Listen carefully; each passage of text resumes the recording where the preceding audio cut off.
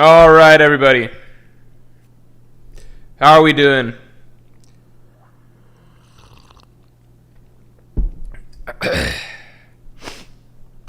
Okay, so it's that time. Specifically, what time? What time? It's the time that you guys have wanted for some time, which is, yeah, we're gonna pick a new series for me to try. New series for me. I know you guys give me so many recommendations, and it's so overwhelming. And I do write them down. For the record, I do write them down. But it just stacks up. You know, it just stacks up over time, and then it gets overwhelming. I'm still haven't finished Fire Punch yet. Maybe I'll finish it tomorrow or something like that. I think this weekend I'll finish Fire Punch. I have not gotten further in it. I just I haven't sat down to read it again, but I want to finish it. Sakamoto or Dandadan?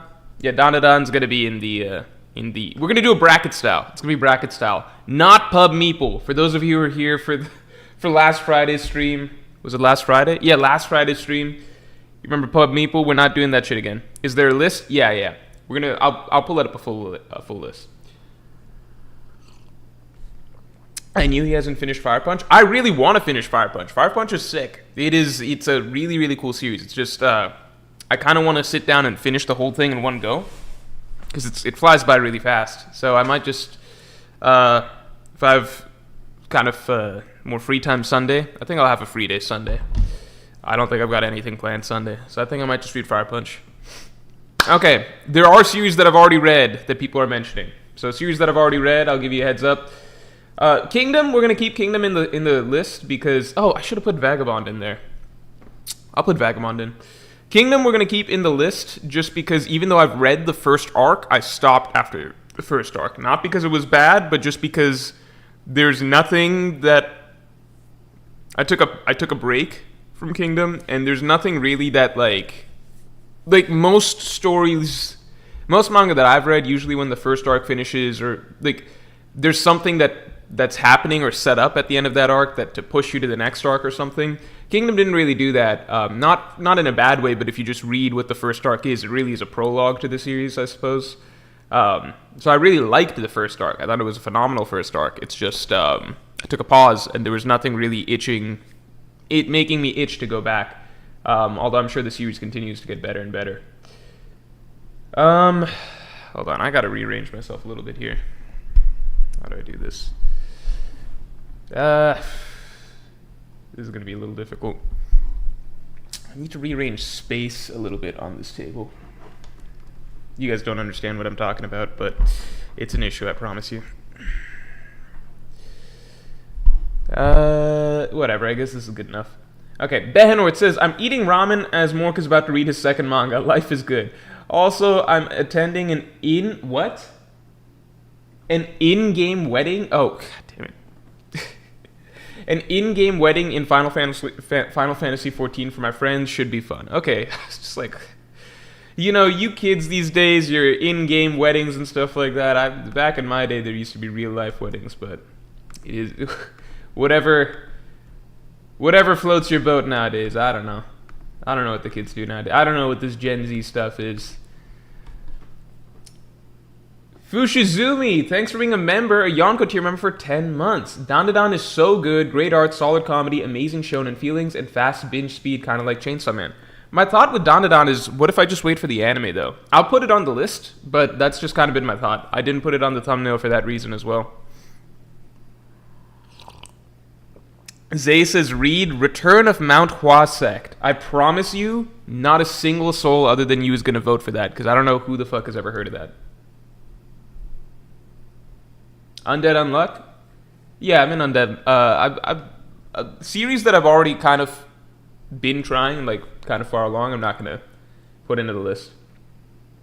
I'll throw Kingdom in there, though, even though I've read the first arc. Let's get the stream lights up to 100 real quick. Watch Better Call Saul. We're not getting into TV shows. We're not getting into real-life TV shows. Only animated stuff. Canute Worgen, thanks for the 2. Land of the Lustrous is about to end. It's 10 out of 10. We're going to have to throw it. We'll throw it into the bracket, man. Throw it into the bracket, see what happens. Stormlight Archives. We're not getting into the books. Keep it simple. Keep it basic. You already missed a super? What did I miss? I didn't miss a super. That's crazy. Come on, hold on 1 second. It's possible I missed a super.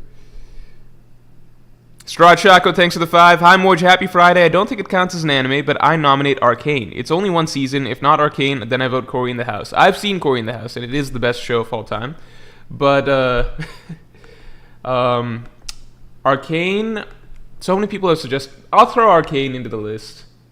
I know I'll watch it at some point. Too many people say good things about it. Also, who's seen Invincible, like the latest season? Was the latest season any good? I feel like there was much less buzz about the latest season. Usually, I mean, I remember last season when Invincible came out, the first season, it was just all anybody was talking about.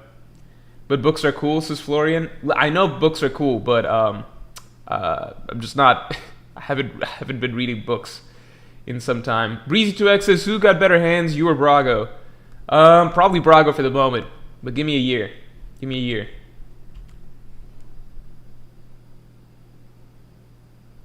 We're about the same height, but I think Brago definitely has more... Brago's definitely stronger.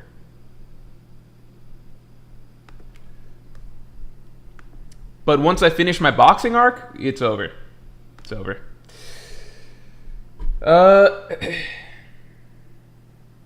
Cory in the House? Yeah. Cory in the... Who even started this Cory in the House meme? Whoever did is a genius.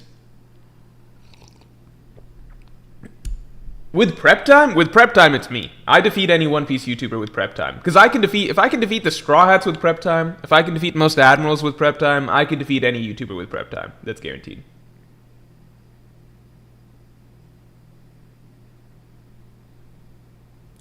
Yeah, I know they split the seasons up, which is why there was less buzz, but even with splitting it up, is that the only thing that kills buzz? I don't know. Like, yeah, I guess that follows. How tall am I? I am 180 centimeters. So, you know what the cool thing is? I found this out recently. Alright, this is for the people who are fucking not American or whatever, you already know this, but for not American people, this is a big deal.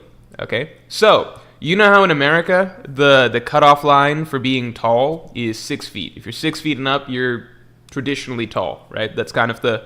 Why? Because it's a nice, round, even-sounding number. Like, no one's going to say fucking 5'11" is the cutoff height, right? For being tall, right? But, in Europe... in other countries with the metric system... The cutoff line is 180 centimeters. This is a big fucking deal. It's 180 centimeters. That's when you get called tall. Why? Because 180 is like a nice even, like it's, 190 is too much, and then 170 is too low. 180 is this nice round number, kind of the same way that we like 6 feet, right? No one's going to be like, whoa, 181 centimeters, right? Like, that's not, I'm sure what European women are putting in their fucking Tinder bios doesn't need to be 182 centimeters or 183 centimeters, 180 in foreign countries is the nice cutoff for them, just like 6 feet is the nice cutoff for us. Here's the good news. 180 centimeters is less than 6 feet. I believe it's exactly about 5'11". Let's see, 180 centimeters in feet. It's... in inches. Yeah, it's just about 5'11". It's just about 5'11". I'm actually 180 centimeters. I think I'm slightly above. And I'm not 180 centimeters like people that like lie about, there's so many people I fucking, okay. So let's backtrack real quick, which is, I've realized that everybody lies about their height. Like, in real life. Like, people will lie about, lying in real life makes no sense to me. It's like, okay, it's one thing if you lie in your bio, like your dating profile bio, because you just have to do that. I say I like, or at least when I used to be on dating profiles, like dating apps and stuff like that. When I used to be on dating apps, I just had 6 feet because you just have to do it. It's game theory or whatever. You just have to do it, okay? But in real life, there's no reason to lie because people can see how tall you are. But I've realized that in real life, so I'm about 5'11", right? But I have so many friends that I've met who are shorter than me, who will, like, by 2 or 3 inches, by 3 inches even, who will say stuff like, they will claim that they're 5'10". And I'm like, I know you're not 5'10". I'm not going to say this out loud, but I'm like, they say that they're 5'10", so they'll point at me and be like, and you're like 6 foot. You know how many like friends I have who will just proclaim me to be 6 foot to preserve their mental image of themselves as like 5'10" or 5'11"?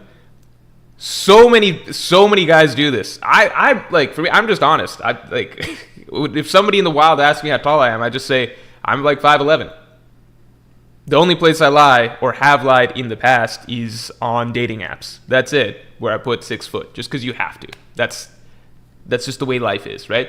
But in real life, I'm never going to lie to somebody and be like, I'm 6 foot, when they can fucking see me and know that I'm like 5'11". But maybe it's because so many people, like, just the majority of men lie to themselves.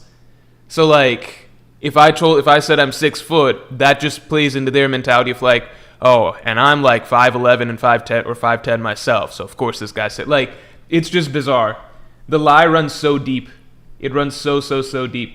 Anyway, so yeah, I've like played into this charade that other people have, where I'm 6 foot and they're 5'10", 5'11" or whatever, and I guess we're all happy. And I'm just, in the entire time I'm like, no, you're like 5'9" or 5'8", and I'm like 5'11", and this is the real world. But I guess we just pretend, and I'm 6 foot. I don't know. Anyway, Canute Worgen, thanks for the 2. Land of the Lustrous is about to end. It's 10 out of 10. Okay, that's. We'll throw that into the maybe pile. If more people comment about it. Straw Chaco, thanks for the 5. No, we covered this. Wait, I think we already covered these. Hold on, let me catch up. Okay. Goomba Boomba, thanks for being a Yonko tier member for 18 months. I'm watching Gurren Lagann right now, and it's giving me One Piece vibes with its over-the-top, fun, fantastic nature. So yeah, I'd recommend that. Gurren Lagann will be on the list. It'll be in the bracket for sure. I've tried one episode of that.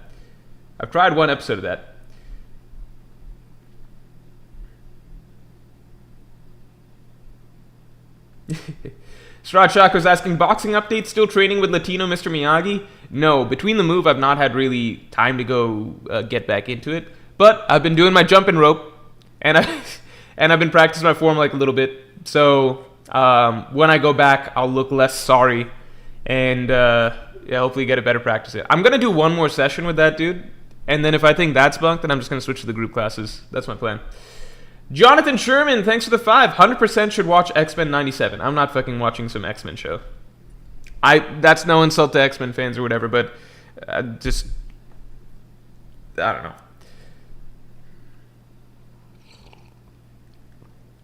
The X-Men just have never made any sense to me. Because, X-Men's cool as a concept. I'm not going to pretend like I didn't think X-Men was cool growing up. But can anyone explain this to me? Why is society so freaked out by, like, mutants when there's also so many other superheroes that, like, superpowered people that exist? Like, why aren't they freaked out by, like, Captain America? Isn't he functionally the same as a mutant? You know, I guess people are freaked out by Spider-Man, but a lot of people also really like Spider-Man. I mean, the media calls him a menace, and the police don't like him, but, you know, a lot of society at large likes Spider-Man, right? I don't know. I mean, aren't there other superheroes in the Marvel Universe that are liked by the people? So why do they differentiate between mutants? How do they even know if someone's a mutant versus just somebody that organically has superpowers? Like, why the fuck do people love the Fantastic Four, but they don't like Storm or Cyclops? Does it make a difference? It just doesn't make any fucking sense to me, you know what I mean? Like, why does it matter? Also, if you're a mutant, like, does it matter that much if you got your powers naturally? Like, are people just that upset that somebody has powers naturally versus, I don't know, by, like, falling into a radioactive tub of, like, acid or something like that? Racism? Okay, but then can't a mutant just claim, well, I'm not actually a mutant, I got my powers from, like, fucking solar radiation or some shit, like the Fantastic Four? I don't get it. Like, branding?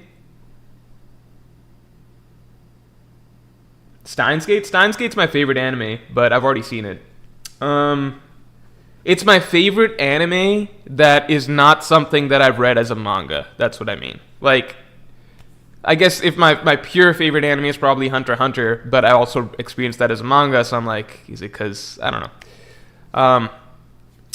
Yeah, Steins Gate is my favorite anime that I've only experienced as an anime. But I don't get it. Like, it just doesn't make any sense.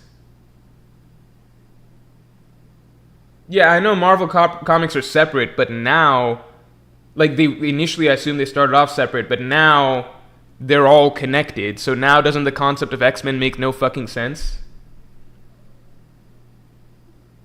If nobody's recommended Vinland Saga, I've already read Vinland Saga. Now, I need some answers about this Marvel stuff. Can somebody answer the Marvel stuff? Preston D. Luffy says, because within the world, a lot of mutants position themselves as a separate, superior race that will eventually replace mankind. Yeah, but that's as a backlash. My understanding is that's as a backlash to mankind initially persecuting the mutants, right? So the X-Men themselves, they don't need to, isn't it still a hard point in the story that mutants in general are discriminated against, and that does exist? It's not like Magneto and his gang are just baddies for being baddies, right? Isn't it as a backlash to some, or like, right? Isn't discrimination a thing? And I'm just like, this is stupid because nobody fucking know. Like, if you showed me 10 superheroes and you're like, guess which ones are mutants and which ones have powers through outside sources, I'm not gonna fucking know. The people of the world won't fucking know. It just doesn't make any sense to me. Jonathan Sherman, thanks for the 10. They were freaked out by superheroes. That's why there was a civil war, to register any superpowered people. And also the reasoning is that mutants are supposed to replace the humanity as a whole. So, I understand that there was a civil war, but that was one storyline, right? Like, you can write any storyline to make stuff like that happen, right? That doesn't mean that doesn't change the fact that for like years before Marvel's Civil War storyline, I'm not a comics expert, this is just my understanding, right? Years before Marvel's Civil War storyline, aren't the Fantastic Four like a beloved, you know, like Civil War is what, 2000s or something like that, right? But the mutants and all of that, like the discrimination against that's been a comic book storyline for God knows how long. And there are so many superheroes that are beloved and were beloved by the people of the Marvel Universe forever. So why is there... How does this make any sense when people fucking love the Fantastic Four in the Marvel Universe, but they arbitrarily are just like, wait a second, fucking Storm, this is a freak of nature or whatever, like, we need to kill her, or like, fuck these people. It just doesn't make any sense. The other reasoning is that mutants are supposed to replace humanity as a whole. Well, can't mutants just lie and say they're not mutants and say that they got their powers? Like, nobody... You know how many fucking superheroes there are in the Marvel Universe? I just don't understand how anybody is discriminated against for being a mutant when there's no discernible way to tell between a fucking mutant and a normal superpowered person. You could just say, it doesn't even matter how freaky of a mutant you look like. The fucking Thing is walking around out there, right? You could just say you're not a mutant. Like, there's the stupidest sort of fucking, like... Like, there's no functional difference. You just say you're not a mutant. It doesn't matter where your powers came from. It's the most random bullshit. It'd be like in the fucking... I'm trying to think of an equivalent in the DC universe. Like, there are characters who naturally have superpowers there or whatever. Like, it just wouldn't make any fucking logical sense for people to give a fuck where... Like, it makes more sense to me if, like, let's say there was a storyline where people really discriminated against aliens, right? Like... Let's say you're in the DC universe and people really didn't like Superman, Martian Manhunter, Hawkman, Hawkgirl, etc. If like Starfire, you know, that stuff. Like if that was a whole storyline, that makes more sense because at least it's like, well, this is like a outsiders versus us sort of thing, right? Like people from like foreigners versus us. That's whatever, you know? That makes sense. Mutants is just like, why would anybody ever know or give a fuck? Like, it's just, like, even if mankind was, like, really worried about individual mutants popping up, right? Just say, you don't have to say you're, like, nobody even fucking knows who's a mutant. It doesn't make any fucking sense. This is stupid. It's racism and discrimination. It doesn't make, oh my god. There's nothing that separates visually, like, at least with racism, discrimination, there's things that separate. Like, you can tell I'm an Indian, right? Versus like a white person or a Mexican person, right? In mutants, it's not the same. There's nothing that differentiates fucking like Nightcrawler from the Thing. They both look like fucking superheroes. There's nothing there. All right. Anyway, I'm not watching the fucking stupid ass X-Men. Dumbass concept. All right. Behenor, thanks a lot. Is Kaguya-sama in the bracket or Oshinoko? No, I'm not putting in shows that I wouldn't legitimately be okay watching. It's the same reason I'm not putting like Mob Psycho, because Mob Psycho, I just don't like psychic power. I mean, psychic powers are whatever, but like they're cool. I don't like watching a show where the main character has psychic powers, like telekinesis and stuff, because I just don't care for that ability. Yes, Anu, thanks for the 5. Is the list set, or are you still taking recommendations? If so, then I would recommend Kichi, Frisia, or Usogui. I don't know if you've read them before. I have not heard of a single one of those. It's going to come down to the vote, man. If people are on board with me trying something totally new, then yeah, maybe it wins. Ishmael, thanks for the 10. Morj, it's time to start day drinking. You should check out Freerun Beyond Journey's End. Freerun is one of the top picks. I'm actually low-key hoping that wins. It's going to be in the bracket for sure. Also, I'm not day drinking, I'm drinking coffee. But this is the mug that I told you guys about. It is the next mug. It's the mug that never fucking... So the worst part about coffee, we all know the worst part about coffee, which is that, like all things in the universe, it slowly loses heat, right? Entropy. It's just happening all the time, right? But the next mug... This mug basically makes it so the coffee never goes cold. Never ever goes cold until the battery runs out. But I don't worry about that. Functionally, for the amount of time it takes me to drink coffee, it never goes cold. So I can't tell you how much I enjoy the Friday streams now that we're doing it in the middle of the day and not Thursday night, because I have so much more energy, and I love drinking coffee. So the fact that I get to, like, I don't know, sit, drink coffee, and this won't go cold for the 2 hours that I stream, it just makes my Friday streams like something much more fun for me to look forward to than back when we used to do Thursday streams. And like, I still really like Thursday streams, but my day was very, very, very packed on Thursday, because like your script writing, I have to record stuff, I have to get my Patreon podcast recorded. Like I'm working on so many things chapter related and squeezing in the stream and everything like that. I like Friday streams so much better. So I hope the release schedule doesn't change. Daminell, thanks a lot. Hi, Morj. What do you think of the movie Whiplash? I fucking loved Whiplash. Whiplash was one of my favorite movies in the last, like, decade or whatever. Has it been more than a decade since it's been out? I really, really loved Whiplash. Finally saw Everything Everywhere All at Once as well, and that movie's phenomenal. Like, seriously, like, I need more time to see where I place it, but to me, that's the most creative movie that I've seen in...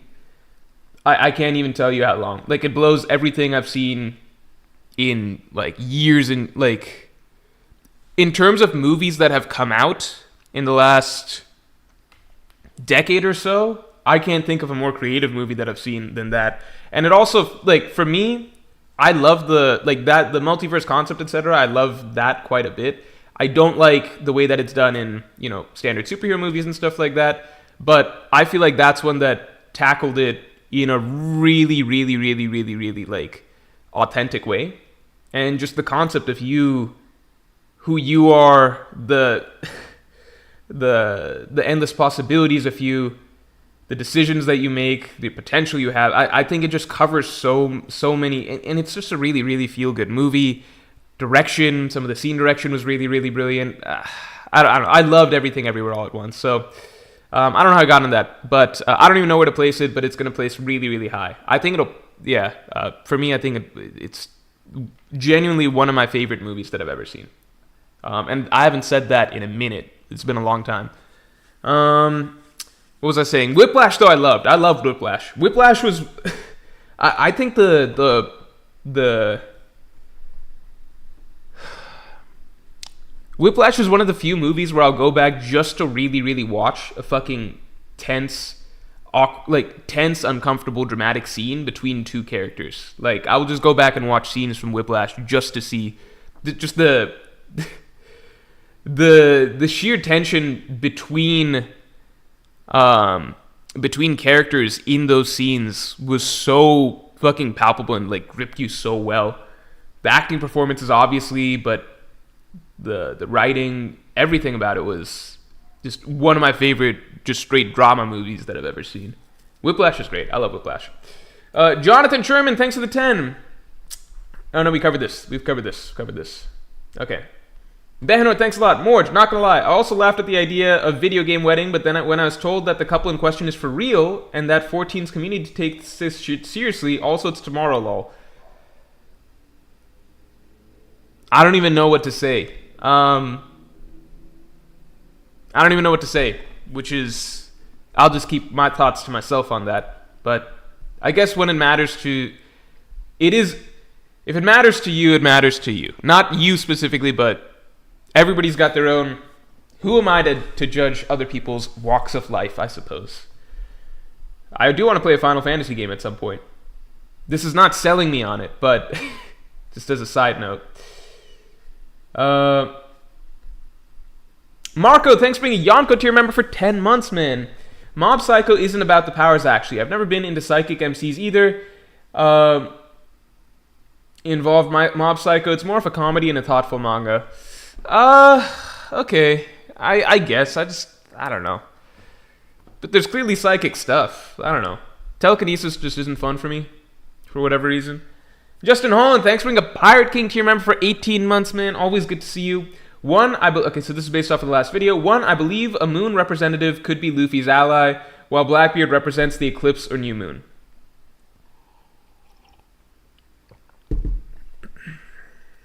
A moon representative could be Luffy's ally, while Blackbeard represents the eclipse or new moon. While Blackbeard represents the eclipse or new moon. Oh, I see what you're saying. So someone like Vivi could represent the moon, and Blackbeard represents like the eclipse or the darkness or something like that. Vivi I just threw out as an example, but I don't know who this moon representative would be in that sense because we're pretty late in the story. Who could be good representatives of the moon? I don't know. I think none of the Straw Hats are individually distinct enough from the others to represent that and like take up such a big role. Maybe something like Vivi, just because it's something totally different, like separate from the rest of the crew, although still part of it. I don't know. Maybe fucking Momonosuke, because somebody brought this up, but the Kazuki clan representing the crescent moon, that's something interesting. I wonder if Momonosuke is going to be that important, but it's something to think about. Did I already ask you about Okami? Okami the game? So I've never played Okami. I've heard good things. I don't know if you're talking about Okami the game. I don't think you've brought up Okami before. But this is a random story. So like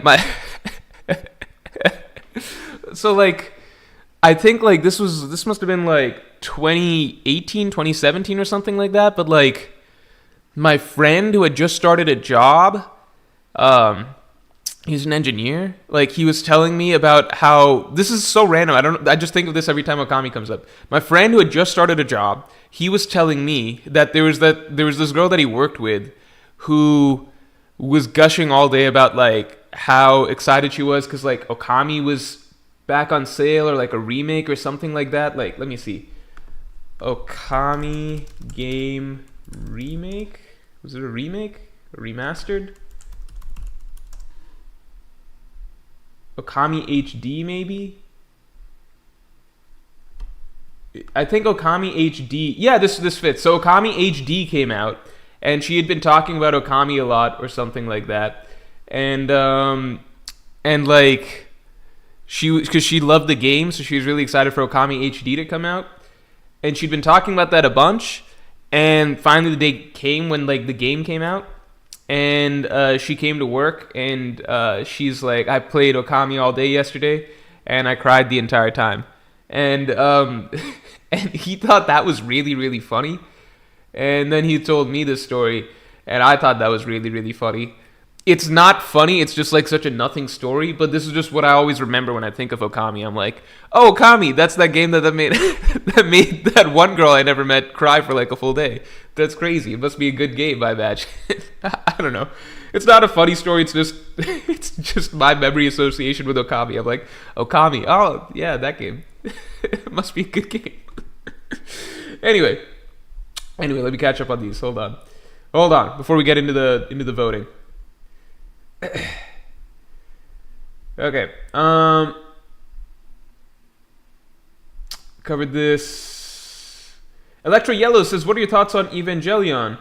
Oh wait. No, we missed some stuff. Hold on.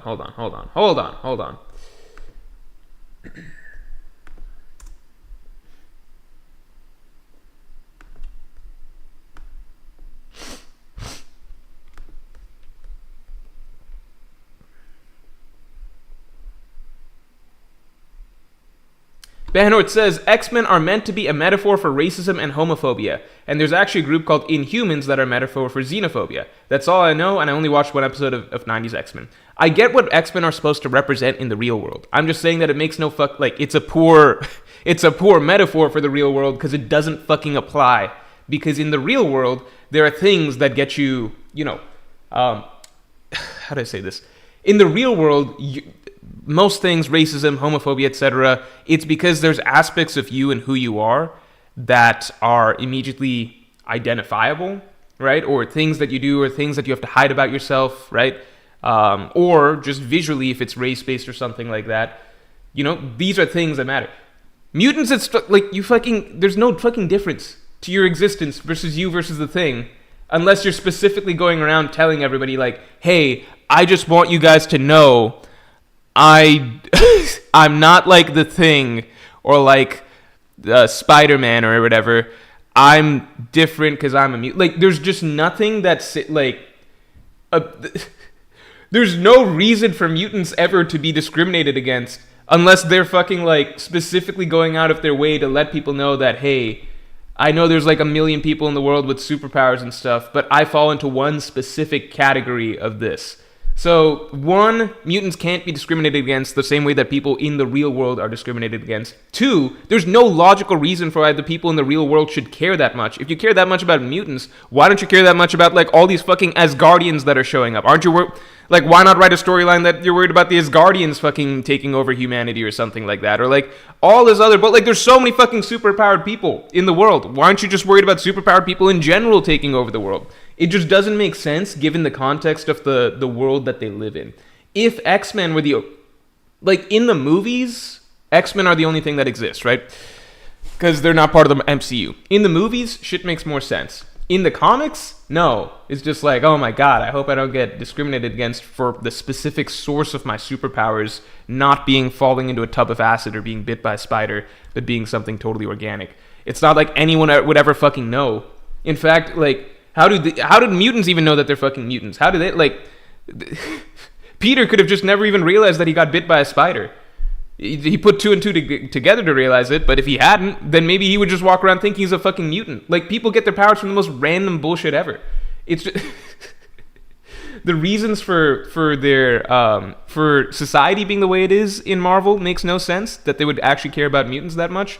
And the so-called persecution that mutants experience makes no sense because they wouldn't even fucking there's nothing that fucking differentiates you in the first place from other superpowered beings that are fucking walking around and accepted. All right.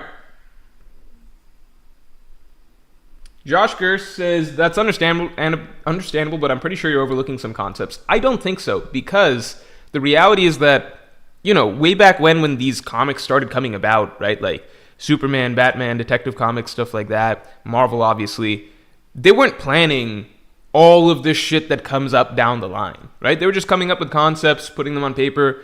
Comics were lighter for a long period of time. I guess by the time the X-Men came around, that wasn't so much the case, but it was a different era. People weren't planning so far into the future of how everything's supposed to fit together. They came up with a concept, and it's not like they had this perfectly thought out of how do the mutants make sense when the fucking Fantastic Four are beloved or whatever, right? They just came up with the concept, and then eventually things started merging more, and all the storylines started mixing together more, yada yada yada. And now you've got a cool concept that doesn't fit with the broader spectrum of things that have been created, which is the story for most Marvel and DC comics, because it's just the most jumbled, convoluted shit ever, which is why I stick to anime and manga, where there's generally more coherent visions, because, it's one person thinking out a story from the beginning. Anyway.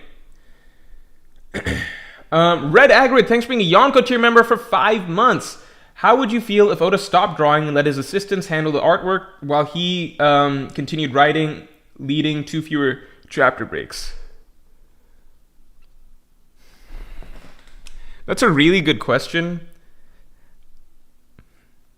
So I've said before that I think that Hunter x Hunter's author should just let them do that. Because while he is a phenomenal author when he really puts his pen down and tries to draw, for the most part, chapter to chapter, Hunter x Hunter's artwork isn't that isn't a big part of the appeal for me. And I think for many readers, I don't think that's why we read Hunter x Hunter, right? One Piece is tricky because I think I would need to see, if I see some assistant and they draw in a way that replicates Oda's art style, and it's like, so for example, Berserk, if I go read a Berserk chapter, I can tell it's not Miura's style. Oda's art style is obviously not as in-depth, so it's probably more replicable. I would want to feel like the art style is similar to Oda's in a way that like I wouldn't be able to tell myself intuitively if I didn't know. That's what I would like.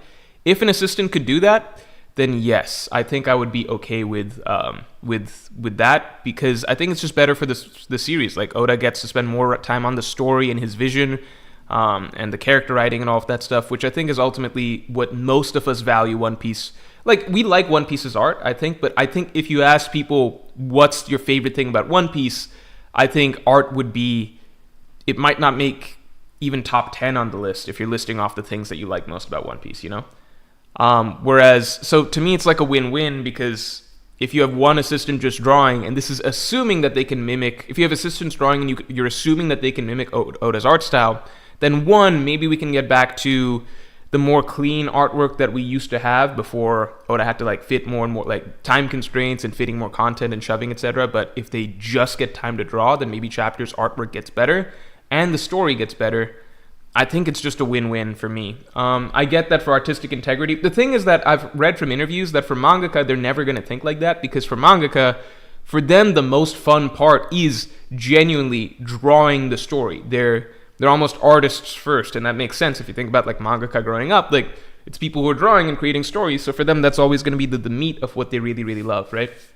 Like, Oda said that his favorite thing is when he draws a really climactic moment in the manga, he gets up and does a victory pose or something. So taking that away would probably make it a very soulless endeavor for him. So maybe, maybe for Oda's own sake, maybe it's important for him to keep drawing.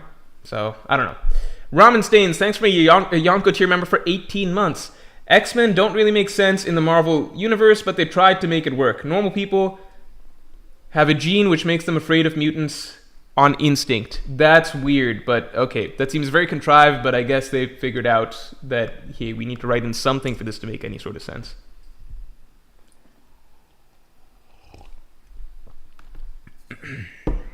Okay, let me catch up on supers real quick. Also, let's get the stream likes up to 100 real quick. Stream likes up to 100. Sorry, catching up on supers here.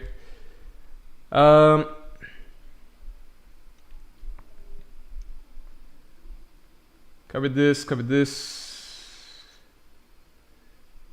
Okay.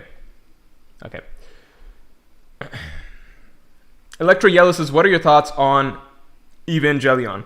Evangelion, I've only seen 2 episodes. One of my roommates back when I lived in Baltimore was watching it on TV. I saw the first 2 episodes, and then I saw scenes from the ending of the story. The scenes from the ending really, really caught my attention because the scene direction, some of the decisions that were made, the tone, etc. I was watching. I'll put 2 fingers up for quick spoilers. Once they're down, the spoilers are over. I was watching a character's breakdown, a certain character, I believe the main character, his breakdown, and a lot of things that were done with that were really, really, really creative to me, which caught my attention. So, I'm interested in Evangelion. I've heard different things about it. I do want to try it because it's a classic, and it just feels like it's one of those important series to try. I think no matter what, one day I'll watch Evangelion. The question is that going to be next on my list, I suppose. Attilio, thanks a lot. Mushoku Tensei, you will enjoy it. Frieren overrated. I don't know if Frieren's overrated or not. I don't know. I'll find out. I hope I've heard only good things, pretty much. I think I've seen some people say that it's overrated, but then that gets a lot of backlash. And it might just be people trying to be different, Because if something is considered good enough, here's what always happens. So, if something is considered really, really, really good, then it's you almost never hear anything bad about it until it starts becoming really popular.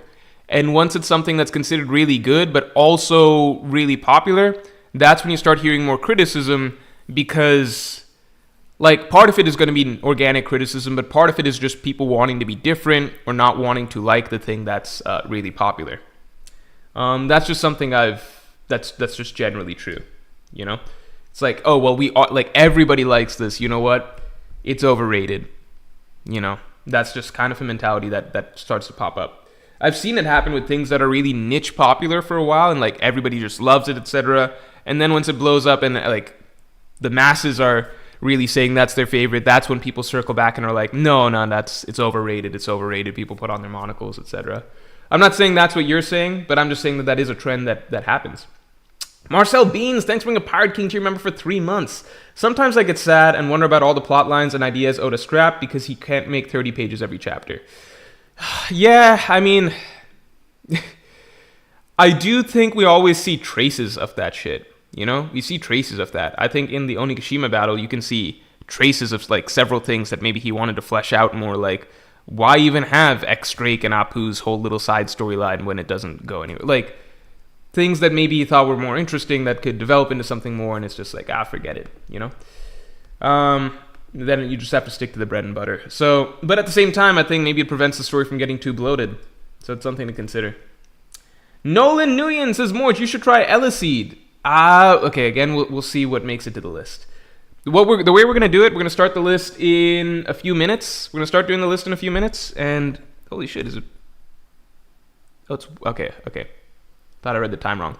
We're going to start the list in a few minutes. What we're going to do is first, I'm going to put a list of things that I have gotten recommendations for or that I'm already somewhat interested in. Then you all are you can add some more things to the list if we get enough popular demand for it. And then we're going to do it bracket style. Pep, thanks a lot. Tuna Sub, thanks for the 5. Since we're talking about movies, what do you think of adaptation? Watched it recently and I actually don't understand how someone can come up with that. I've never seen adaptation, but... you know, that's something I'll think about in the future. Daniel DeRoos, thanks for the 5. Have you seen/read Parasite? It's a masterpiece, 10 out of 10. No, I've not read Parasite, but I've heard really, really good things about it. Maybe we'll throw it on the list. Ramen Stains, thanks for the 5. Donating to start a better stream background fund. Better stream background fund. This is like where I live. But I think I could use some posters in the back. Read 20th Century Boys. The author, Naoki Urasawa, is a god. I've heard so many good things about 20th Century Boys. I do want to try that, but I've heard mixed things about the ending. And the endings always matter a lot to me. So I'll throw it in the pot. Dr. Dongus, thanks a lot. Have you read Chojin X? It's made by the Tokyo Ghoul author. It's got great art and has kind of crazy vibes like Chainsaw Man does. No, but these are all things I've heard of. Okay, Chojin X I didn't put down, so let me put... like, a lot of these I already have down somewhere. I'm pulling up Chojin X. If it's like Chainsaw Man, you got me sold. Deshaun Comedy says, I suggest Code Geass. I've read Code Geass. I watched Code Geass, sorry. Only the first season, but I didn't enjoy the way the first season ended, so I didn't follow up with the second season. Finish Attack on Titan. I'm going to do that on my own time. We're not going to vote on that. Durara is like a Tarantino movie. Parasite. That's another vote. Let me make sure I've got Parasite down. I think I do. Yeah. Okay. 86. Yeah, I've heard about that. Heavenly Delusion. Is Heavenly Delusion... No, I think I have that down as well. Unless I'm mixing it up with something. 86 I do have down. Okay. Kina the Far, thanks for the 5. You should read One Piece. It's good. Girlfriend and I say congratulations on the new place. Looks nice. Thank you very much. Or you should read OG Yu-Gi-Oh! I've read OG Yu-Gi-Oh! Don't worry about that. It is wild. Behenra, thanks a lot. Recommend any of the Gundams. There's one main timeline and dozens of alternate universes. Especially if you like War is Bad stories, because that's Gundam's whole spiel. I'm not big on mechs. Evangelion is like an exception I'm thinking about. Gurren Lagann, I think it involves mechs, right? I've watched the first episode. I don't remember that much about it. But yeah, it involves mechs. I think I'll make an exception for that as well. But I'm really not big on mech stuff. I just never found it that exciting. For me personally. Knut Worgen, thanks for the 2. Spider-Man has a whole newspaper out to get him, lol. Yeah, I know. Like, some superheroes people hate. But then again, you got like the Fantastic Four who people fucking love. Like, there's a lot of beloved superheroes in, you know, in the real, like, in the Marvel world. A lot of beloved superheroes. Ray Del Ninja, thank you for the 20. If it's only anime, then I gotta say Frieren, Durara, or Mob. I don't think I put down Durara. You said it's like, somebody else said it's like Tarantino, right? Or Mob Psycho, who, yeah, he's telekinetic, but it's more spirit stuff usually. I don't know, man. For manga, gotta say Dandadan, Aries, or Air Gear. Oh, I already read Air Gear. I dropped Air Gear at a certain point, but I did read it in the past. Dom, thanks for the 5. Frieren is a must-watch. Yeah, I feel like Frieren might just win. Also recommend Dorohedoro. Yeah, I've got that on the list. Mappa animated 12 episodes and a nice mystery plot with good antagonist. Ooh, that sounds good to me. Ignorant Wheel, thanks a lot. Evangelion is my second and Frieren my third favorite show. Damn. What's your favorite? Is One Piece your favorite? 2 beautiful stories, but for different reasons. I definitely want to try those 2. Okay, we're going to do the vote in a sec. Let's just get everything out there. Beheno, thanks a lot. When Garling first showed up, one of my first thoughts was, oh, so he's the moon in One Piece cosmology. And I'm surprised nobody else is thinking that. I think just because we don't... That's an interesting point, because the Gorosei are the rest of the planets, as far as I can tell. I think it's just because we can't tell Garling's importance just yet. It's hard to scale... Like, not scale, but just hard to gauge just how significant he's supposed to be, you know? Just some guy with naturally wavy hair, thanks a lot. Read Kingdom and watch Gintama. In my opinion, top 2 for me. I mean, I've watched a lot of Gintama, but only the comedy episodes. Again, I've told people this and people are always confused. I watch Gintama like a sitcom. I've skipped all of the... Just because the way it was introduced to me was not about the like actual plot episodes. I was just like, this was my friend back in high school. No, the editor of this channel. Why am I... This was, we were friends back in high school. And back then, like, he was big on Gintama. But to get me to try it, he just had me watch, like, comedy episodes. And I just ended up watching a shit ton of the Gintama comedy episodes. So yeah, just watched a lot of the Gintama comedy episodes. Kingdom, I've read the prologue arc, or like the opening arc. I will probably finish Kingdom at some point. Just took a break. Andrew Chung, thanks a lot. Katekyo Hitman Reborn is an underrated gem. Oh my god, I got it. Have I told you guys? I've told you guys. Who remembers the Hitman Reborn story? Me telling you guys the Hitman Reborn story. Who remembers this? This is an older stream. Who remembers the Hitman Reborn story? Also, let's get the stream likes to 100. Virgo, what's up, man? Who remembers the Hitman Reborn story? Holy shit, did someone donate 100? Oh my god. Holy shit. Oh my god. Oh my god. Hold on. Thank you so much. Jonathan Sherman. Oh my god. And this is your 3rd super ever. Thank you so much, man. That's crazy. Thank you. Seriously, that's amazing. So, most heroes who are okay with the public were already established celebrities like the Fantastic Four, who were astronauts, or they worked for the government the public's hate. Ah, okay. The public's hate for mutants was because the mutants had rebelled against weaponization, Weapon X program. You know what? I'm not going to contest that whatsoever, because I don't know enough, 1, and 2, you just gifted me 100, which is... that's enough to make me shut my mouth up on this subject, I think. So, thanks a lot. I appreciate it, man. And that is context I did not know. I didn't know that that there was this whole backstory to it, that the mutants rebelled, etc. I think if I was more familiar with other Marvel heroes and just who is accepted by the public, who's not accepted by the public, then maybe I'd have a little bit better context of like my argument of whether or not it makes sense that people just will be pissed that Cyclops exists, but then okay with Thor existing or something like that. Maybe. But for the moment, we'll just drop it here. I accept that there's probably more backstory to it than I understand. All right. Kling Papa says, Morj says he doesn't like mechs, but likes Attack on Titan. Make it make sense. Is Attack on Titan mechs? Isn't it more like giant monsters? You're saying because they use the grappling equipment? I don't think... I'm talking about mechs like big robots. I don't really like the big robot stuff as much. Like, that's just not my thing. I don't dislike it. Like, one of my favorite action movies is Pacific Rim. So, I do like it in some contexts. I don't know. Like, I'm not opposed to it. It's just not my... How do I say this? So, some people are inherently... They inherently find mech stuff really cool. I don't inherently find it cool. Like, I'm not getting up for the next Transformers movie. But lots of times once I'm watching it and getting into it, I can really enjoy it. Like, by the way, the first 3 Transformers movies, the Shia LaBeouf trilogy, I fucking love. I love that trilogy. It's one of my favorite action trilogies, period. I think it's underrated. I think it's a great combination of comedy, fun cast of characters, great action, just everything you'd want out of a blockbuster. I think that those are fun as fuck. And a lot of people were like, when Shia LaBeouf left the franchise, a lot of people were like, well, we don't even watch for Shia LaBeouf. Who gives a fuck? The stars are the robots. No, I fucking love Shia LaBeouf in those movies. Sam Witwicky, the main character, one of the all-time great action movie main characters. I love that character. As soon as my man Sam Witwicky was out of there, I was just like, this isn't even fucking Transformers anymore. This is just some BS. This is just you need Shia in those movies. He was the piece that brought it all together. Can't believe people didn't care about Shia. I'm not joking, by the way. Anyway.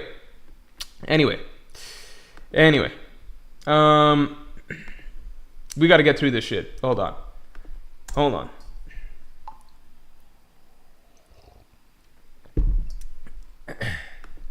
Was I the only... Who else liked Shia LaBeouf in those movies? I think he's great.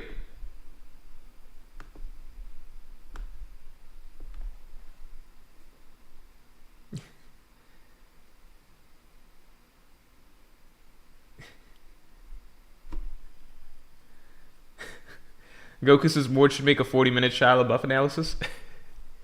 He's a very interesting person. KGM78, thanks for being a Yonko tier member for 18 months, man. How did Fate end up turning out for you? Oh my god, I fucking forgot I started Fate. I watched 2 episodes. I'm wondering, should I just skip to the one everyone says is really good, the Zero one?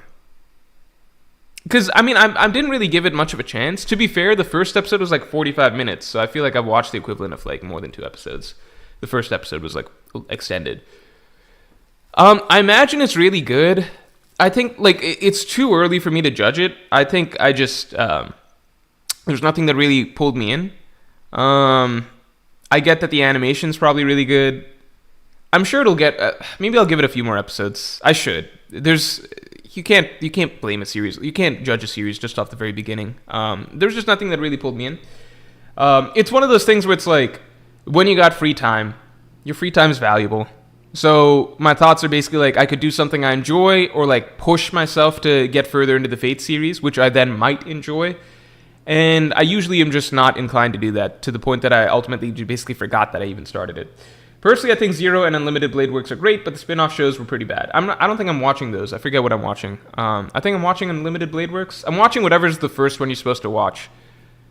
I know I'm supposed to watch this series, then 3 movies, and then I can get to Zero. So that was my plan. It just seems like a lot to do.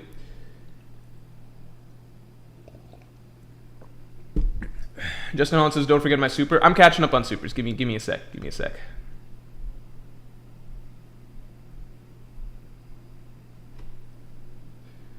Oh yeah, who remembers the Katekyo Hitman Reborn story? I'll get into that if people don't remember it. No, it's not. It's too much to get into. I think I did it as a long story before, but I can do a short version.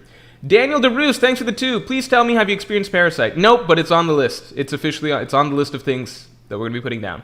Justin Holland, thanks for the 5, man. Is Pokemon anime already brought up as an option? Ashera. I've watched Pokemon, like, I had a childhood. I watched Pokemon growing up. I don't think I watched as far as a lot of people did, but, I watched Pokemon. I watched the first 3 Pokemon movies, bits of future movies and stuff like that. I watched Pokemon. I used to love Pokemon when I was a kid. I just didn't get that much TV time when I was that age, so I didn't get to watch a ton of Pokemon. But I used to watch Pokemon. I brought up the Okami game because I see a lot of it in One Piece. Interesting. Wano lines may still come. Wano lines may still come. I don't know what that means. Wano lines may still come. I'm just going to assume it's based off of Wano plot lines may still come. I would agree that there's Wano plot lines that could still be significant, especially because we're back there in Wano for the cover story. No, I imagine Okami's a good game. I've only ever heard good things about the game. It's funny to me that, like, for whatever reason, now I have the mental association that, like, this random girl I've never met crying because she played Okami all day.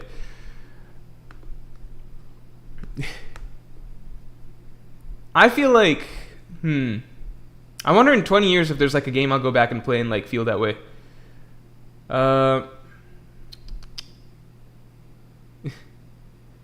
I'm supposed to read the visual novels. I'm not reading the visual novels. Pluto I've got on the list. Don't worry about that. Okay. As soon as I'm caught up on supers, I will start this. So give me 1 second. King of Hell's Zor says, kind of like how whites look Jewish but are anti-Semitic. I'm not getting into this. Ramen Stains, thanks for the 5. Ending of 20th Century Boys is great. A lot of people don't read the 2-volume epilogue because it's called 21st Century Boys, but there was no break between releases. Okay, so the epilogue is necessary to tie things up? I don't know, man. I don't know. Like, am I going to try the whole thing? For a potentially controversial ending? I don't know.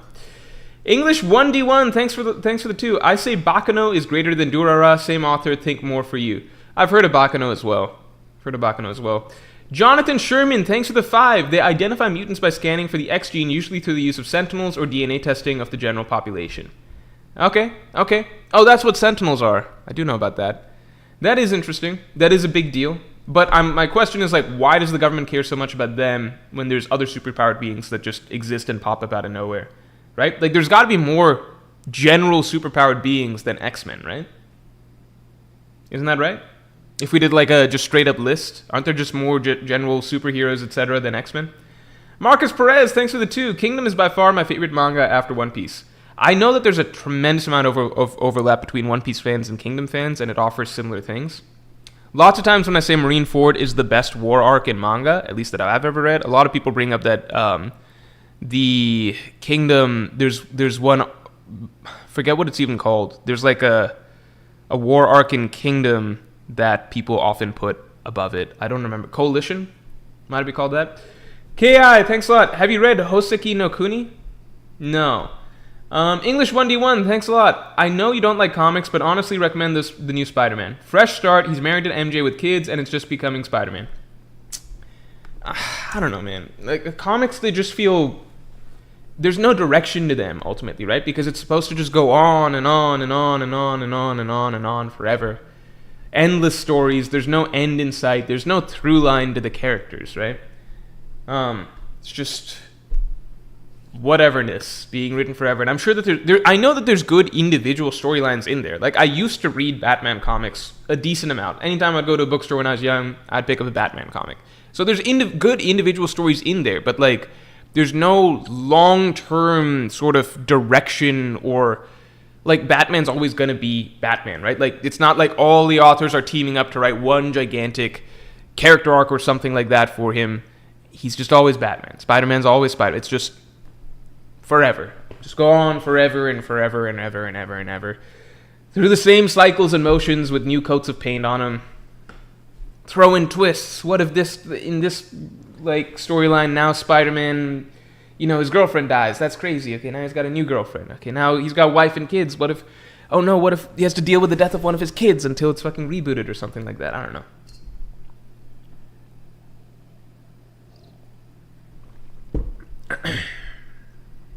Okay, I think we're almost caught up. Daniel DeRoos, thanks a lot. Shy for the win. Remember Disturbia with Shia? I never watched Disturbia. I only support Shia in 2 things. Holes and Transformers. And he's the heart and soul of Transformers, in my opinion. Yes, Anu, thanks for the 10. Have you thought about reading a manga on stream like Alexander did with One Piece and Naruto? You could stream it, delete the VOD, and post it on Patreon to avoid copyright. Open my eyes on One Piece. Interesting! You got into One Piece through Alexander. Dude, that dude's name is spelled so... Because I've tried looking up his channel a couple times before for just to check out videos at certain points. And both times I gave up because YouTube search doesn't really help you if you spell his name wrong. I've realized it doesn't really help you get there. At least back when I used to search it, it doesn't really help you get there. And Yeah, and I'm never going to remember his spelling right off the top of my head. So I personally think a rebrand, change it to fucking Alexander normally spelled. That's just my humble opinion. But yeah, I know that he's gotten into those series recently. It's interesting to hear that he's gotten a lot of people into it. If it's any series that I genuinely enjoy, here's the thing. If it's a series that you guys vote that I don't think I'm going to care for that much in the first place, then maybe I'll do live reactions. If it's a series that I think I'm really going to enjoy, like a free run or something, I want to watch it in the comfort of my own bed, not doing any reactions, not entertaining anybody, just me. So sorry, that's just the way it is. C. Miller, thanks a lot. Stop playing games and read Vagabond, shake my head. I'm in a weird place right now where I'm playing Tears of the Kingdom, but I want to stop playing Tears of the Kingdom. I'm kind of tired of it. But I've sunk in close to 200 hours into that game. Again, last I checked, I was at like over 170. So it's almost like I want to finish it, but I've got a whole other part of the map to get through. I think I just burnt myself out playing it, and then eventually I realized that there's only so many things that can happen in this game. You know what I did? As I got really into the game, I was just loving it so much that I was just like, okay, I can't miss any of it. Like, I need to explore every nook and corner I can. So I started being very methodical and, like, just going through the map in a very deliberate way, clockwise. Each region I hit, I made sure I walked through, like, all the parts of it that I could. For the most part, like, I didn't get, like, super in-depth like some people do. But, like, for the most part, just getting really into each region. Only once I've completed this region, like, made sure I did the land, the sky, etc., then I move on to the next part of the map. And I just did this over and over till, like, now I'm at a point where I'm, like, I'm realizing that there's only so many types of things I'm ever going to find through exploration. Like a cave, you know, a piece of armor, shrine, Korok seeds, some cool little quests, but that will usually lead to something like maybe some cash or some, at best, a piece of armor or something. Enemies, like, I've experienced the best enemies already, like the Gleeoks, the Lionels. I'm not going to find something cooler than that just running around in the wild. So I'm at a point where it's just like, I've still got several more pieces of the map to do, and I'm not convinced that I'm going to find anything super new or fun there. I think the better way to have experienced the game would have been to have been less meticulous and thorough about it and just roam around. Like, just do the main objectives, but, like, feel free. Like, I don't have to explore everything, and that way I don't get tired of it all before I'm done with the map. You know what I mean? Because I think that's my only big gripe with the game, I suppose, which is that there's not going to be newer, more exciting, like, enemies, right, further on. There's not going to be newer, more exciting rewards further on. There's not, like, it's all just spread out and open. So you have just as good of a chance of finding whatever here as over here. There's no escalation to the game. So eventually you will get tired of it, and the next areas you go to aren't really going to have things that are that much crazier, more interesting than the previous places that you've been to. So the better way to have explored this game is to just spend less time on everything, so you get burnt out. You don't get tired of seeing the same thing, you know? Because it did take me a long time to realize eventually that I think the key for me was when I realized that there's other labyrinths. Like, when I hit the first labyrinth, I thought that was so cool. But then I got to the next corner of the map and I was like, wait, there's another labyrinth here. Okay, so they're copying and pasting the labyrinths. So even this thing that I thought was really cool, I'm just going to see this again down the line. And I think, yeah. Anyway, I've spent too much time talking about that game, but it's really good. But I do want to finish. I'm caught in a place where I want to finish it, just to finish it, but I'm not super motivated to finish it. I don't know. Just some guy with naturally wavy hair. You're not supposed to watch Fate Unlimited Blade Works before Fate Zero. It spoils the ending. Also, continue Kingdom, please. The first arc is actually the worst main arc. I don't know which one I'm watching. I think I'm watching Unlimited Blade Works. I thought I'm supposed... Everywhere I read says I should watch Fate Zero after the movies. Also, continue Kingdom, please. The first arc is actually the worst main arc. I love the first arc. I have no criticisms for Kingdom in the first arc. I thought the first arc was great. I just wasn't super motivated to continue on because I took a break after, there's a little bit of a time skip. Benwit says, oh, I almost forgot. You said you'd be interested in Umineko. There's a manga for that has a better ending even. I'm probably not going to do Umineko. I don't think so. Out of all the options we have listed. Ooh, says watch FLCL, bro. FLCL? I don't know what that is. I don't know what that is. Justin Holland, thanks for the 5. Random thought. If Strahd's come across Whitebeard's home island, Luffy could put it and other Whitebeard turf under his protection to repay the Whitebeard pirates. I do wonder if we have time to hit the newer islands at all, you know? Or some of the random islands at all. Like Lodestar, Whitebeard's Island, I just don't know about. I don't know if we'll get time. I don't know if we'll get time for that. But it would be nice. I just don't know if there's anything crazy that needs to be seen there. All right, last one. 00 Flevens, thanks for the 5. Good to see you got the lighting under control, but you can't fool me. I know you have the Sun Tree Eve still up there in Morji Joas. That's funny. No, I actually don't have the lighting under control. Right now, we just have a good balance, I guess, of natural light coming in from over there. But the lighting thing that I'm trying to get, it's supposed to go over here. You guys can't see. And I haven't ordered that just yet. Okay. All right, we're going to start setting up this bracket. It's time. The time has come. What the hell? Oh, it looks like I'm behind, missing some stuff. Hold on. Looks like I missed a member. Fuck, what was this member chat I missed? Okay. Joey217, thanks for bringing Yonko to your member for 3 months. Happy Friday, Morj. So glad One Piece is back next week. Yeah, can we celebrate One Piece being back next week? This is a big deal. Like, this is a random-ass 3-week break that we just had, and we got through it pretty well. Jonathan Sherman, thank you for the 10. Nah, not even close. There's enough mutants specifically to fill 2 island nations, Genosha and Krakoa, and at one point, Apocalypse, the first mutant, had ruled humanity like the Lunarians did. Okay, I'm seeing the arguments. I'm seeing the errors of my ways. I'm seeing the arguments. I can understand why humanity is so strongly against mutants. But then I guess my next question is, why don't they try and do this shit to superhumans then, too? Like superheroes, you know? Like, why don't they just end up branding superheroes as mutants? Like, why do they love Captain America so much and not just, like, try and throw him, you know, into the mutant category? What's the fundamental difference? Why do they care? Isn't it just superpowered beings? Like, because I'm just thinking for me in the real world, like, if I'm living in this world and, if I'm just living in the real world and, like, you know, there's like people running around out there who can like smash skyscrapers or like summon lightning and thunder or like use ice powers or like spider powers or like you know, stretchy powers or invisibility powers, and there's just all of these freaks running around out there. To me, it's just, this is a bunch of the last thing on my mind would be like, well, wait a second. Did they get these powers organically, like they were just born with them?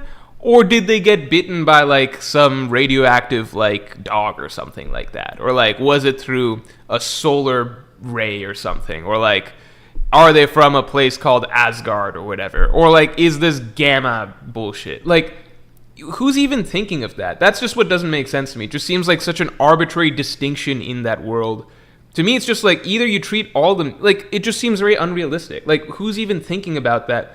Like, if you're just seeing, like, superpowered beings running around the streets blowing shit up or whatever, I just don't think you're looking at that and being like, okay, those are the good ones because, well, this one was born with its powers, but that one got their powers at, like, age 5 through some, like, random lab accident or something. It's random superpowered beings, like, running around your streets, blowing up your city and stuff like that, and they just do that on a weekly basis.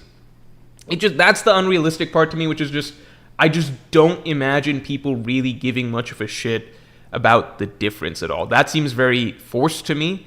I don't think that's something ordinary people would ever think about, because all you're seeing is, like, crazy shit happening and, like, people, like, godlike beings running around doing it. I don't think people are that could ever be that interested in, like, how they're capable of doing it, just that these beings exist. So to me, it's just like either all superheroes are severely, like, superpowered beings would be severely discriminated against and, like, tried to be, like, sanctioned off or whatever, or just they would not care in general. I don't know. That's my take on it. I just don't think that the whole concept makes that much sense personally, but you know, it is what it is. I get some of the differences that you're bringing up, why those differences, you know, there's certain things like the ability to track through DNA, stuff like that. Like I get it. Plus past storylines come into play here. I get it. I just don't think that in the real world the general public would be informed enough to ever care. Like, I just can't imagine people caring like that. I don't know. Gerard, thanks for the 2. Morj, please read Solo Leveling. It is so peak. It is in the thumbnail.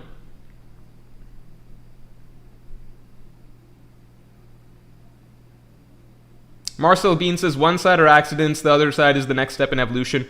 But my point is more so, if you just imagine all of this happening in the real world, I don't think you would ever, when it's just happening all around you, right? Like, you're walking down the street and you see, like, fire guys, like, blowing up a building, an ice guy freezing a bunch of stuff, and, like, they're all just fighting through the streets because that's what's happening on a daily basis, right? Like, basically, in the Marvel universe, like, 9/11 happens every day, right? Like, shit gets blown up every single day. Buildings get blown up every single day. There's, like, battles happening all over the country, yada, yada, yada. When all this is happening, I just don't think people would look at the street and see, like, random superpowered gods doing random superpowered bullshit and be like, wait a second, hold on, who's natty and who's like fucking like through some sci-fi bullshit? This makes a big difference to me. Oh, you're sci-fi bullshit? You're okay with me. You're all good in my book. Oh, you're natty? Oh, fuck no. Fuck that guy. Take him to jail. Put him on Mutant Island or whatever the fuck. I don't know. Like, it's just, your house gets fucking blown up by some superpowered bullshit. Are you gonna be like, thank God it was a fucking sci-fi bullshit one and not one of those natties? Like, you know what I mean? I just don't get it. Eric Blakemore says not every day. No, look at the comics. I know enough comics come out that this bullshit is happening every single day. Yee, thanks a lot. TY, thanks for being a member for 18 months. Try My Hero Academia Vigilantes spin-off in the same universe. No, I'm not trying that. That's not going on the list. That's just my thoughts. Okay. All right, let's move it along. Luke says, just imagine X-Men exist in their own universe and ignore the others. I would be cool with that, except there's these crossovers that happen. I do think in the movies it makes more sense because it's just the X-Men, right? When it's crossover bullshit, like Spider-Man's hanging out with them today, or I know Captain America was there recently or something like that, I'm like, Captain America, you're fucking mutant too. I know not technically, but functionally you are. Nobody, I don't know. All right. Okay. Jacob says, Morj applying literal logic to a comic might as well do it for a manga. No, but I mean, the comic is trying to get at it's trying to be a metaphor for real life social issues. So I think you need to be like logically sound in terms of like how society would logically react to certain things or why people have the feelings that they do, you know? I don't know. Okay. All right, let's make this thing.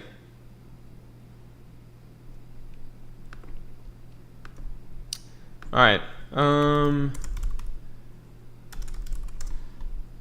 Okay. How did I do this before? There used to be a way.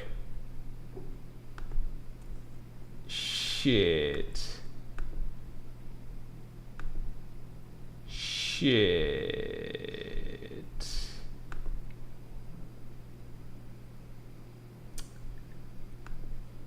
Okay. Did I use Bracket Maker or Challenge? I don't remember. Bracket Maker or Challenge?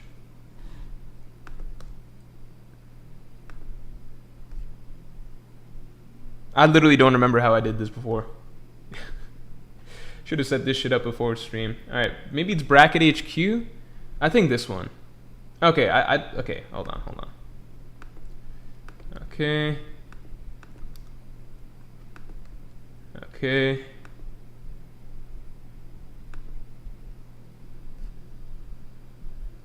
Okay, I think I can do this.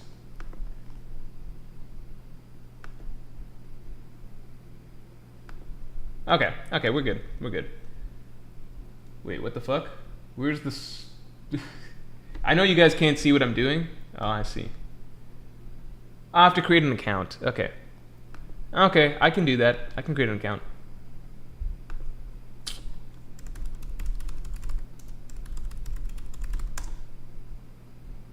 Okay, I already have this. I already have an account. What's the count? How do I get in here?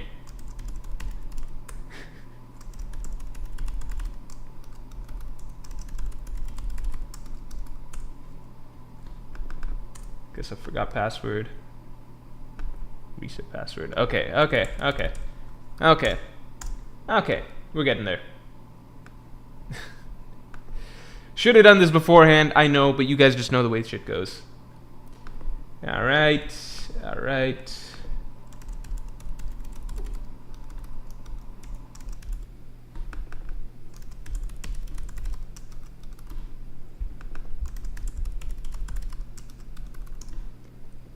Okay. Okay, here we go.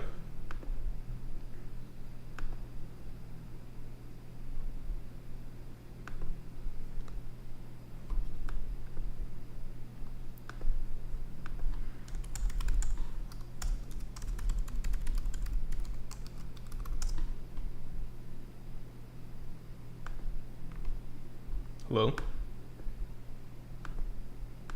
Please let me in.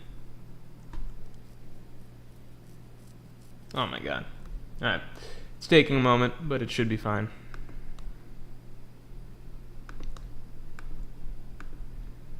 Yeah, you guys will see all the options in a second. Voting for Evangelion? One Punch Man manga is amazing. I've been reading one. I don't think I'm caught up on the latest chapters, but I'm mostly caught up. Okay. Okay. So, fuck, what is this shit? Do single elimination. Let me make something new.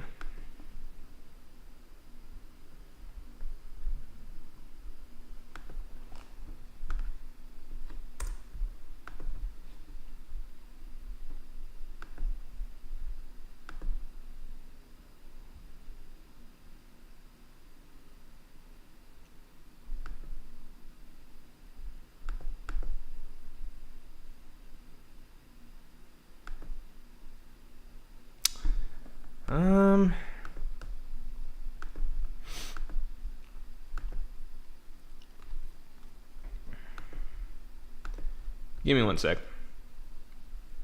I gotta make a new thing here. Single elimination. Oh, there we go. Okay. Alright. Alright. First of all, can you guys see this shit okay? You guys can see this shit okay? Alright.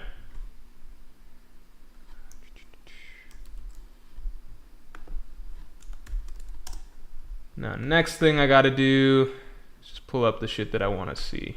Okay, we're gonna look at anime and manga. All right, anime and manga that is approved by me as an option. Okay, so not everything goes. Not everything goes. All right. Let me throw some stuff in here. Let me throw some stuff in here real quick. All right. I'm gonna throw in my stuff that I've seen before as options. Even from this stream. Let's throw stuff in from this stream.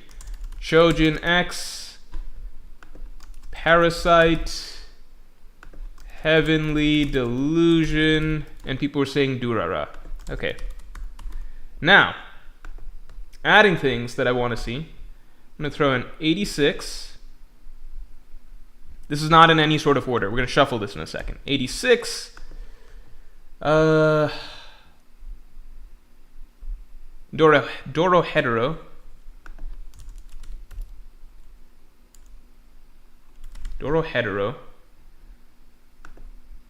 Fate I'm already watching. Golden Kamui. I heard a lot of things about Golden Kamui.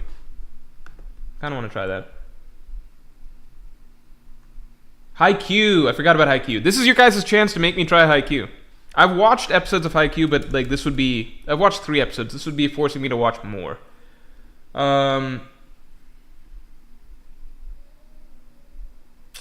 I'm not going to put in Mob just because I don't personally feel like watching Mob. I'll put in Pluto. These are only anime so far. We'll get to manga in a second. Frieren.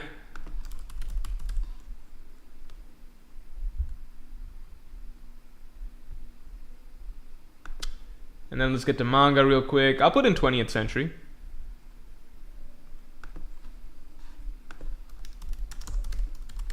You guys can see, right?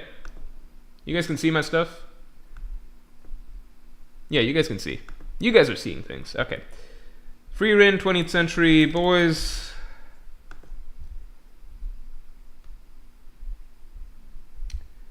Got Dandadan.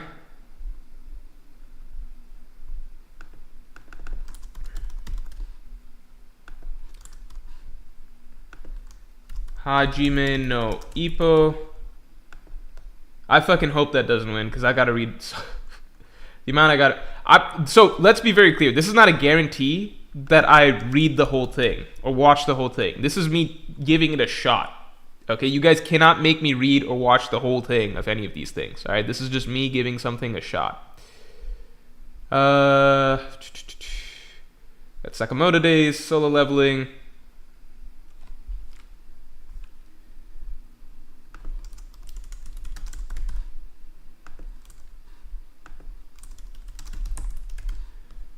Sakamoto Days, Solo Leveling.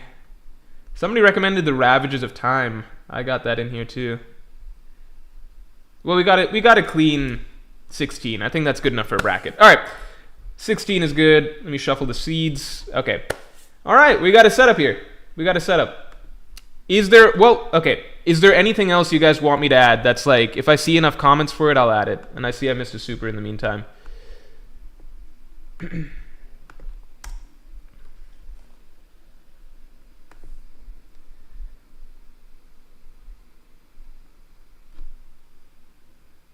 Gerard says, Morj, I think we covered this. Please read Solo Leveling. It's so peak. It's in there. It's in the comments.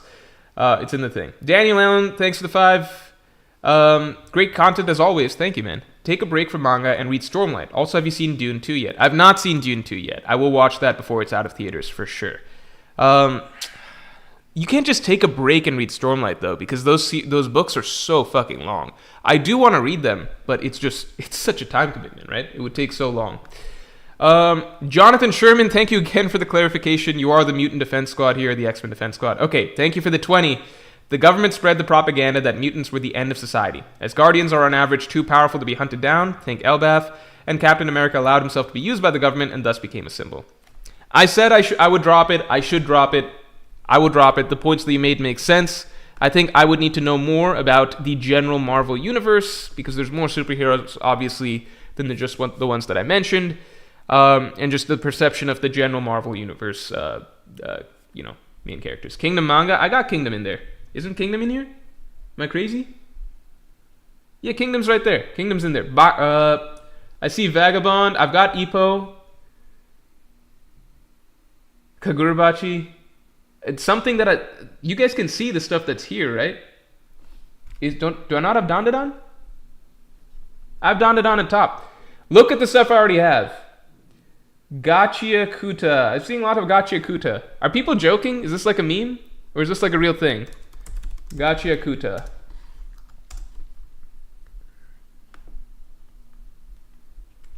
What the hell's Gachia Kuta? Is this a real thing? Don't put meme things into this. I've never heard of this shit before. Is Gachia Kuta legit? I need to know if it's legit or it's getting kicked out of the list. Also, let's get the stream likes up to 200.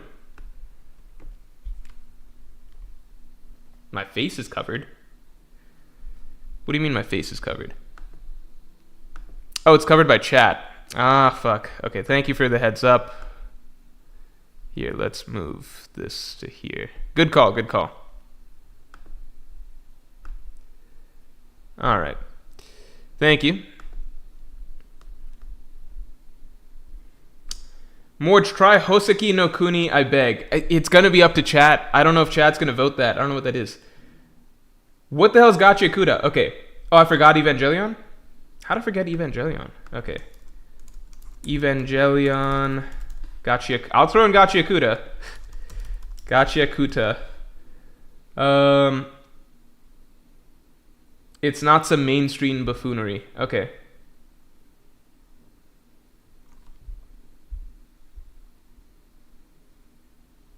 I'm not reading Blue Lock. Vagabond, I can't believe I forgot about that. Vagabond, I'm not going to read, though, because it didn't end. I'm honestly not going to read Vagabond, most likely.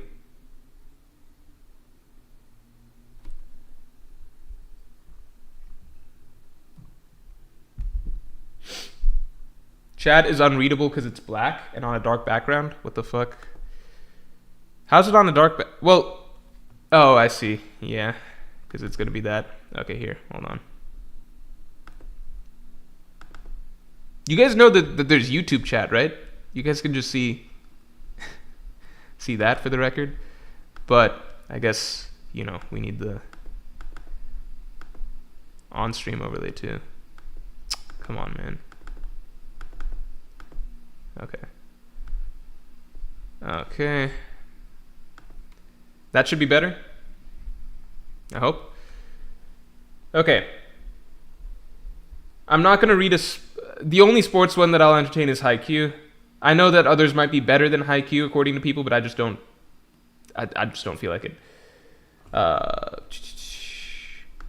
Do another shuffle. Slam Dunk. I'm not reading Slam Dunk. Hunter x Hunter. I'm already good. Arcane. I'll throw in Arcane.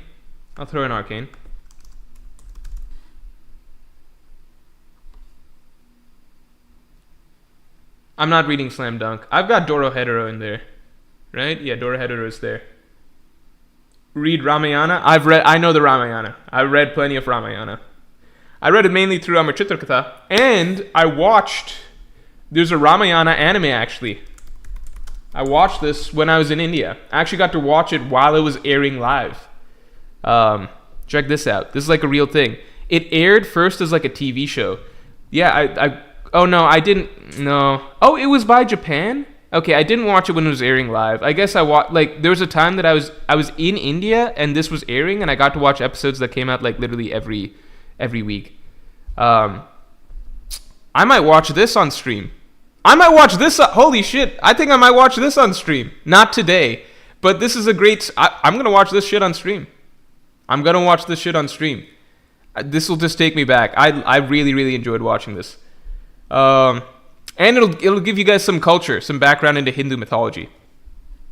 This is happening. That's a day. Somebody remind me. That's going to happen. Back to this. Hold on.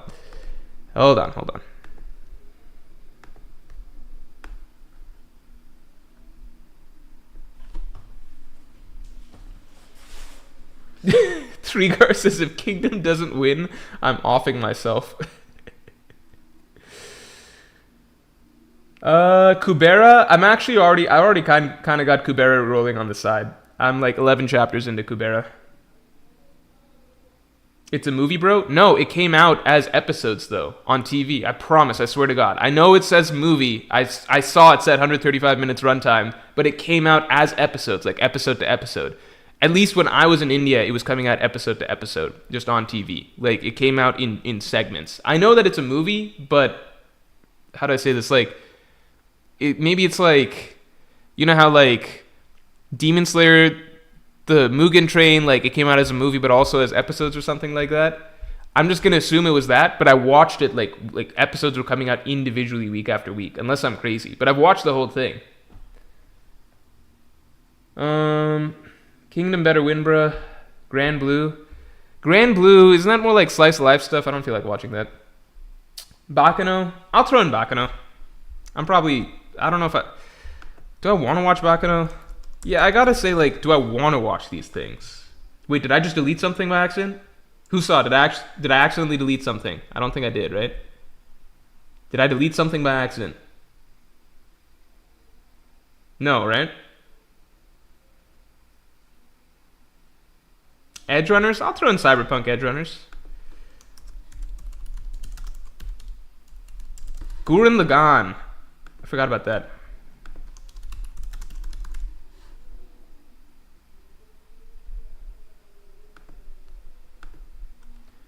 Pob, welcome to the Yonko. Thank you for joining. For those of you who don't know, who haven't joined the Yonko tier before, a podcast just dropped this morning. There's a weekly Yonko podcast that came out, so you can check that out.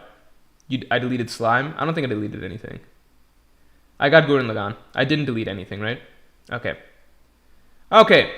I think we're good enough. I think we're good to go here.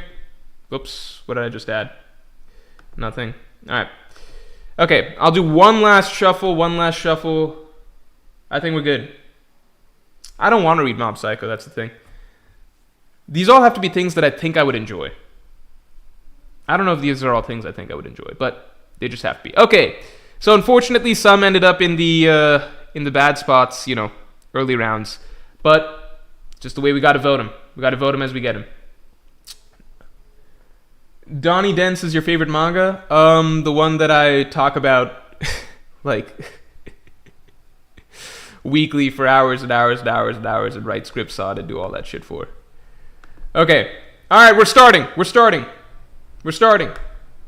get the streamlights up to 200 real quick. It's beginning. First round, Dorohedoro versus Vagabond.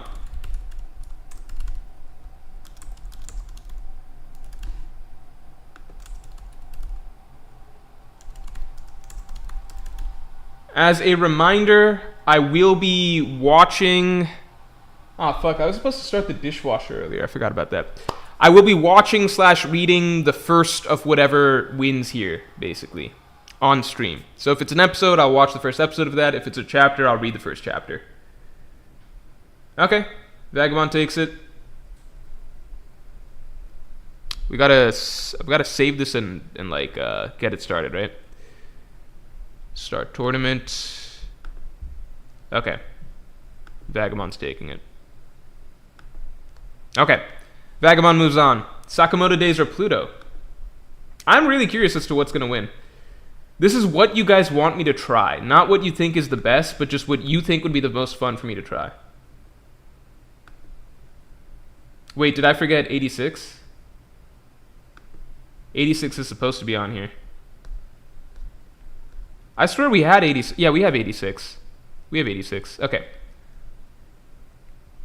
Pokemon Adventures? I didn't include that because I've already completed it. Okay. Sakamoto Days. Okay. Pick. Versus Pluto. I know that I personally... I mean, Pluto's... So I want to try Sakamoto Days, but I know Pluto's short, so I'm weighing those two things, They have different strengths for me. Like, I could probably watch Pluto in a day, in a span of some hours, and just be through it. Oh, it's like an hour long, the first episode? Pluto's a little overrated. Monster is way better. I do think it's cool that this one mangaka has created, Monster, 20th Century Boys, Pluto, all of which are very acclaimed. Obviously, I know the Vagabond author has done something similar. Sakamoto Days takes it.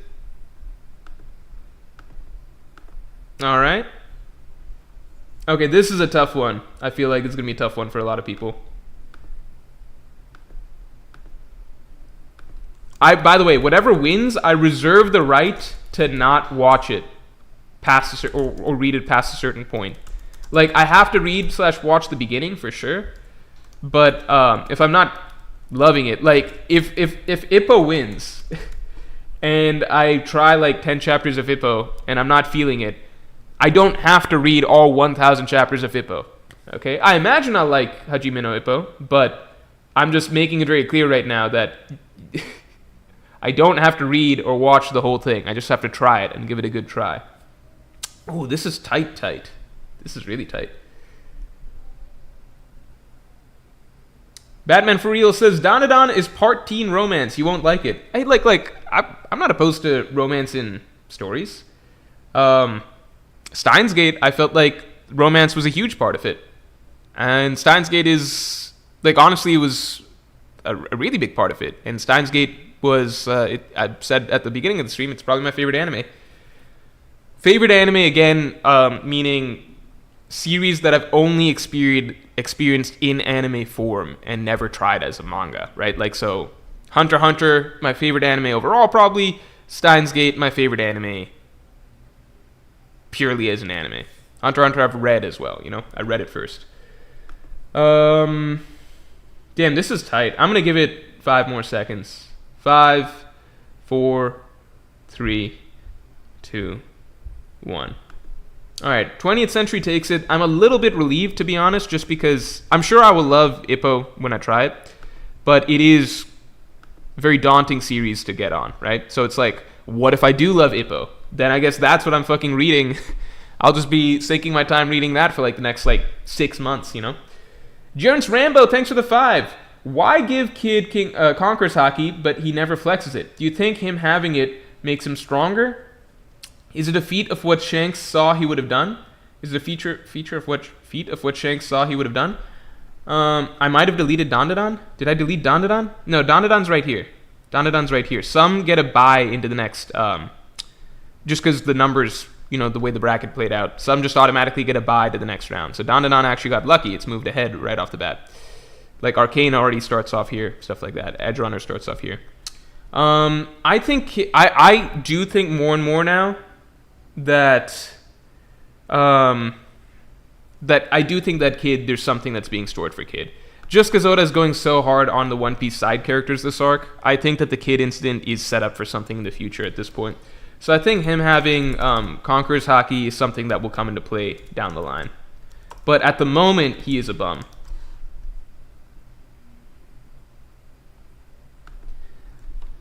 Keep in mind the exclamation next to Bakano is because that's part of the title, right? It's not as though I'm expressing my enthusiasm for that series specifically. Tony69, thanks for the 6. Good evening. Reminder that you should play Elden Ring. I'm on my second playthrough and it's amazing. Also, I'm 1000% certain you would love Arcane. I do think I would love Arcane. Everyone said so many good things about Arcane. I think it is genuinely rare that like everybody says something's really, really, really great, and then I try it and I don't at least somewhat like it. I think that's very, very rare. This is tight as fuck. Holy shit. 86 versus Bakano. Yeah, get your votes in, guys. Your vote really counts here. So Elden Ring, I know I'll enjoy. Just while this vote's going on, I know I'll enjoy Elden Ring because the things that I loved about Tears of the Kingdom were like for the first 100-something hours were just sense of freedom, exploration. Anywhere you go, you find something interesting, right? The thing that has slowed down my love for Tears of the Kingdom is the lack of sense of escalation and the lack of sense that I'm gonna hit anything that's like a really exciting experience, right? Like, because a lot of Tears of the Kingdom is getting quests, side quests, and they're like moderately fun. Like, I just helped win a mayoral election in this village and stuff. Like, it's fun, cool, entertaining little stuff. But, I'm not going to hit something that's really, really an in-depth experience. Outside of the 4 major dungeons, I suppose, and even those dungeons aren't that great. I thought the Rito section was really good, and I haven't done the desert yet. Outside of the 4 main ones, I'm never going to find anything really deep in Tears of the Kingdom, and I've realized that everything's about the same. Like, once you've fought 1 or 2 Lionels, I'm just not going to find a harder enemy.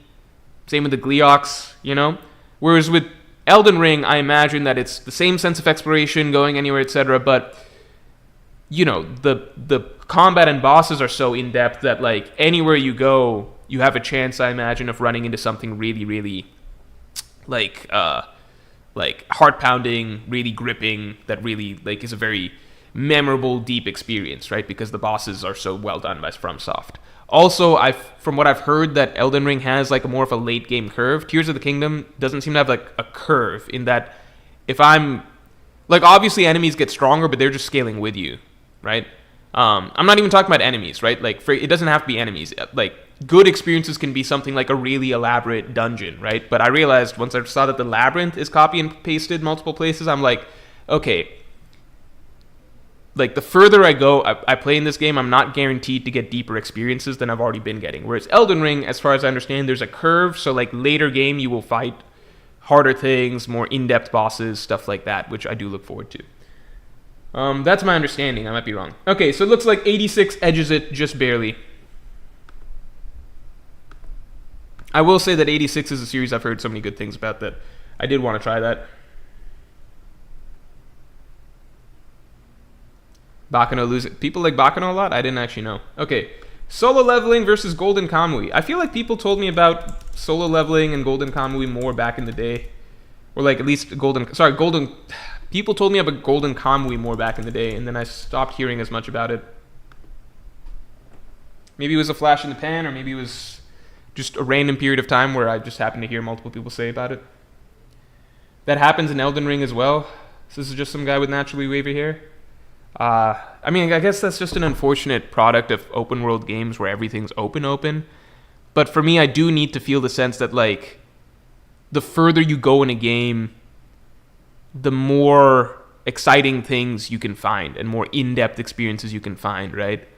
I don't think I like the idea that you can find the most interesting stuff in a game like randomly halfway through and then, you know, it's not as good down the line. But I heard that Elden Ring has like a late game sort of curve, like where there's more late game, end game bosses or something like that.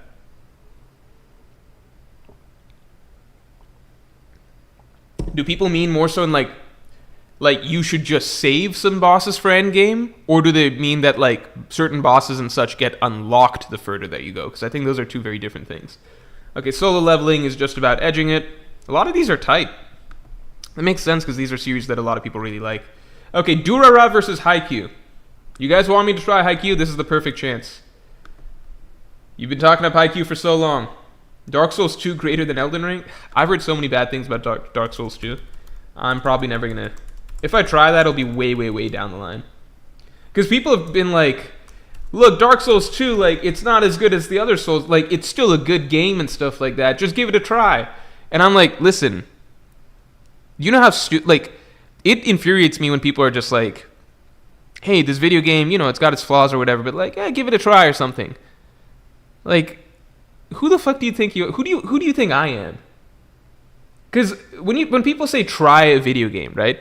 It's not like try a show or try a manga or try like a movie, you know? Like, I can dip in, I can watch a few episodes of this, be like, I like it or not, or read a few chapters or something, be like, I like it or not.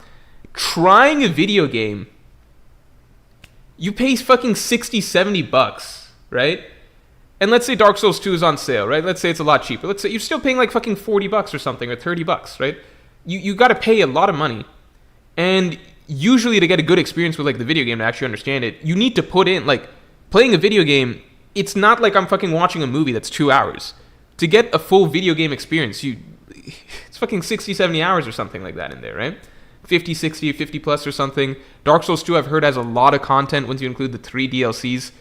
And everybody's like, well, the DLCs are where it gets really good.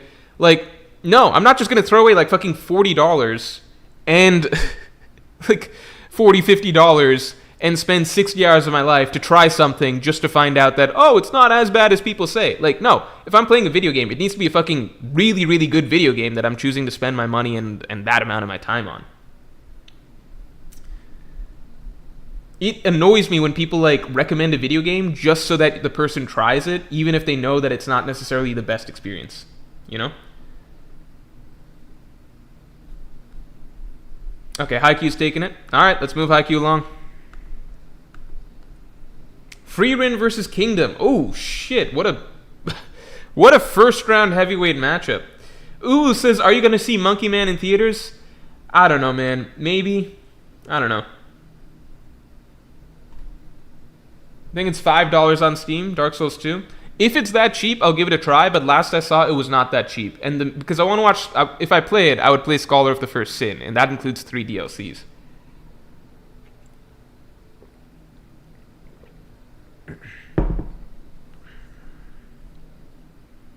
Okay. Frieren, let's see. Frieren versus Kingdom. Let's see. All right, let's do it. Let's do it.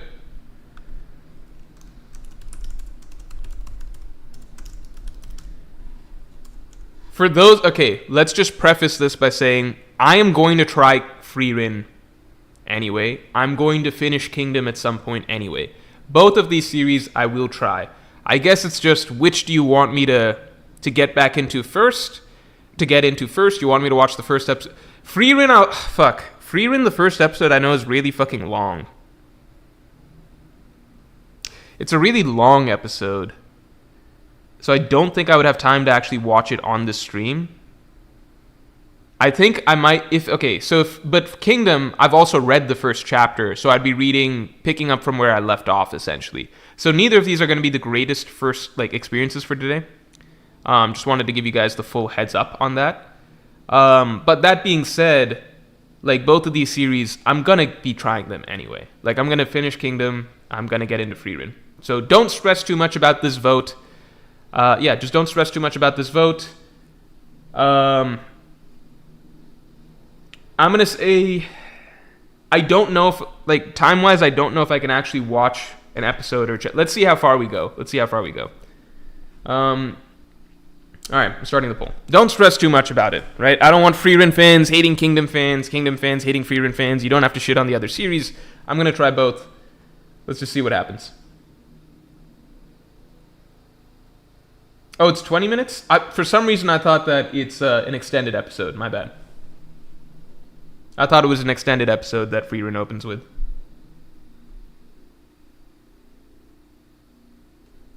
This is tight. All right. Yeah, get your votes in. Let's give it 5 seconds. 5, 4, 3, 2, 1. All right, we're moving Frieren along. Brutal first round. Sorry, it's just the way the seeding played out. I mean, it doesn't matter. There's only one winner at the end of the day, right? Okay.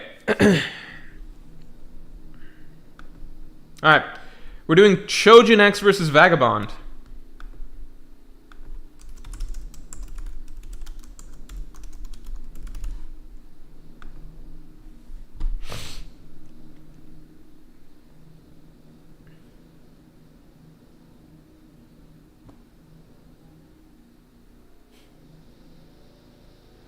I've heard that people that read Frieren as a manga don't think it's as good as people who've tried it in the anime.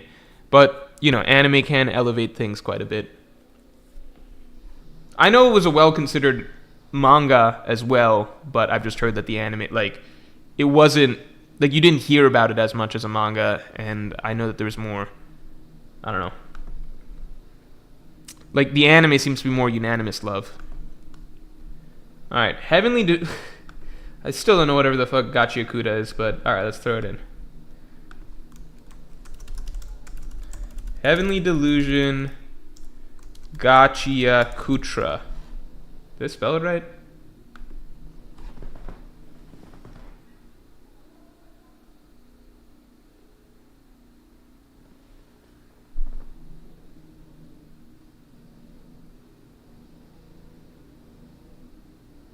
All y'all who are spamming for me to read Gachiakutra or watch it or whatever, only for it to get just crushed.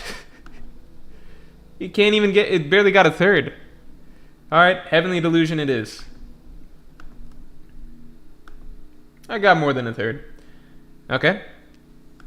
Evangelion versus Sakamoto Days. Holy shit. This is an interesting one because it's the classic that everyone is just you gotta watch this versus the new school all right, this is the hot new thing.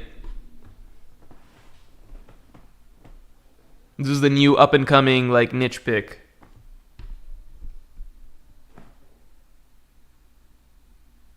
Oh, it's tight.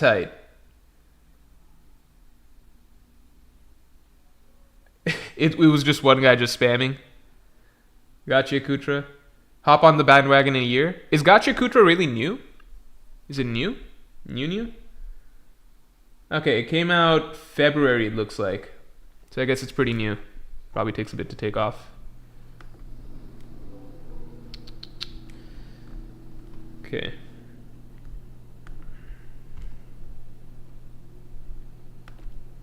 Also, let's get the stream likes up to 200. Let's get the stream likes up to 200. This is too fucking tight. Everybody get your votes in. We need a bit more of a margin. It's just going back and forth a bit right now. This is a battle. I don't even know what to say. It's a battle. I'm going to give it 30 seconds. Alright? Here, I'll do it like this.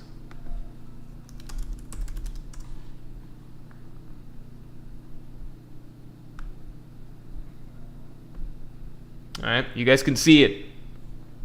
Whatever happens at the end of this is what happens. Alright?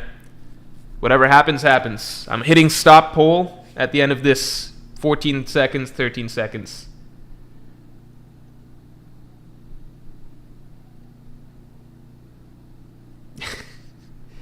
Alright, 3, 2, 1. I ended the poll. Where is it? I hit end poll. Where is it? Where's the answer? Okay, it came up. Whew. Alright, Evangelion. With 50% beating out Sakamoto Days. It seems like maybe by less than 0.5%. Probably about 1%. Okay. Alright. Damn. You know, shit like that's crazy because it's like if 4 or 5 more people had showed up to chat today, like let's say like 2 Evangelion voters weren't here today and 3 Sakamoto Days voters were here today, then the whole thing changes, right? It's such tight margins. You replay that poll different days. How's it 50-49? I think the poll is just a little bit delayed, so most likely it probably rounds to some degree. So it closed right as it hit like 50.4, but it was still at 49.5. Didn't update to 49.6. Most likely something like that. Okay. Stas Salanto says this is popularity contest. Yeah. Yeah, it is basically that. 20th... Okay. Pick. 20th Century Boys versus Arcane. 20th Century Boys, we're talking about the manga, I assume. I don't know if there's an anime or not.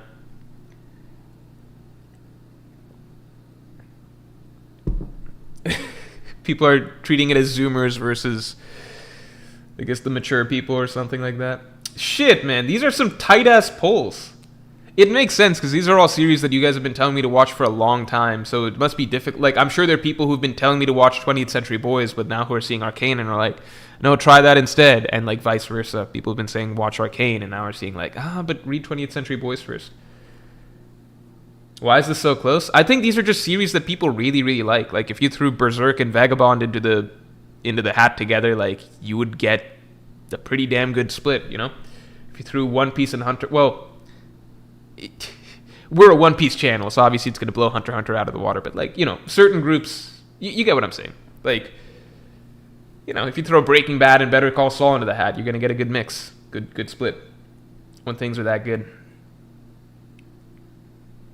All right, seems like Arcane is just about taking it. I'm going to give it 5 seconds because it is still tight, but there is a 4% gap. 5, 4, 3, 2, 1. All right. For these types of things, I'm not upset with I'm not upset with any of these winning. You know, like Heavenly Delusion is the only one that I don't really know anything about, so I don't feel any sort of way seeing that up here. But everything else, I'm just like, okay, cool. Maybe I have to read this. Maybe I have to try that.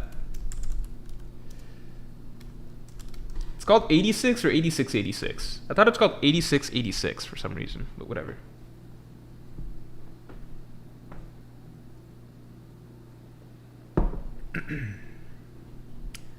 Joseph eBay, thanks for being a Yonko tier member for 3 months, man. Yo, Morj, if you're looking for a single anime with top tier OST, Samurai Champloo. If you want in-depth, Kaiji is fire. I forgot to put Kaiji in here. Like, I saw it in my list of things to try, and I just didn't put it in because I was like, I don't know if it's popular enough. But I've thought about that. Samurai Champloo, I just never caught that train. I never watched it when it was out. I don't know how much I want to try it, but I know it's a big one.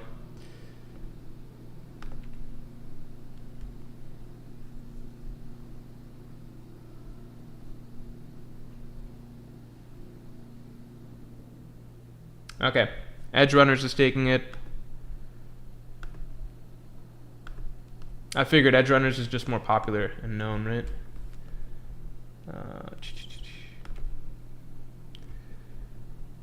Okay. Solo Leveling versus Dan Da Dan.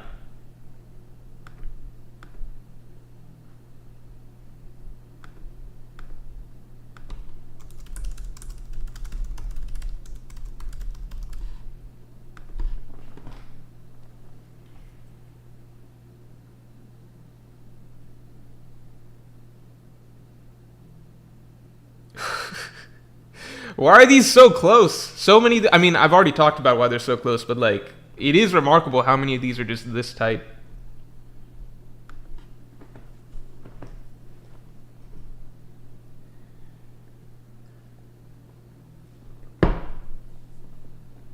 Alright. Good? I think Dandadan's taking it. Good enough margin. We're gonna do Dandadan. Dandadan, again, I'll say this. Like, I've been thinking about just waiting for the anime, but, you know. Because the anime's style looked really good. So one thing I'll ask about Dandadan is, so, for example, with Chainsaw Man, I feel like, I understand a lot of people like the Chainsaw Man anime. I think if you're not a manga reader, you probably like the Chainsaw Man anime more, I think. To me, a ton of Chainsaw Man's strength is in how the manga presents it, in terms of the scene direction, the paneling, the use of empty space, the way that he makes movement very... He tries to minimize how much movement is actually shown. There's, like, so everything's a bit more offbeat, off-paced, a bit more sudden in terms of, or abrupt in terms of its pacing and movement. I think there's a lot that goes into how the manga is presented that is lost in the anime personally. The anime goes with its own take, its own style, which I think is actually contradictory in many ways to how the manga is done, but it's its own style, which is pretty cool, right? But my question is Dandadan similar to Chainsaw Man in that you feel like the manga presents things in a certain way that is very,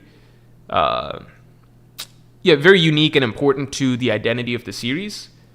Or do you think that the anime is just straight up going to elevate it? That's my question. Fuck, this is tight as well. Holy shit.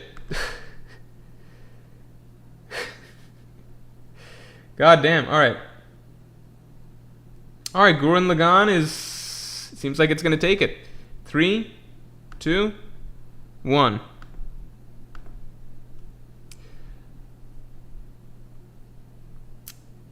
Yeah, I know the anime is not out yet, so people can't judge, but we got that trailer. It'd be very difficult to adapt. Okay. What is more yapping about? I guess what I'm saying is basically, for example, a series like Jujutsu Kaisen, I look at the manga, I look at the anime, and I can like, the manga's not done in such a crazy manner that, or like such a unique manner that I'm like, oh, the anime is going to have a hard time adapting this or elevating it, right? I think we can mostly agree that Jujutsu Kaisen's anime elevates the manga. I think with Chainsaw Man, the manga is presented in a very unique style, right? The style of the scene direction, etc., the paneling. I think that the anime doesn't capture that well. My question is Dandadan's, the way that everything is drawn, the paneling, the artwork, etc., is it in a particularly outside-the-box style? In which case, I would rather read the manga so I get the full identity of what the series is kind of like. Or is it more like, traditional, where we can expect that the anime is going to be more enjoyable than the manga in terms of its visual presentation? Does that make sense? Whatever.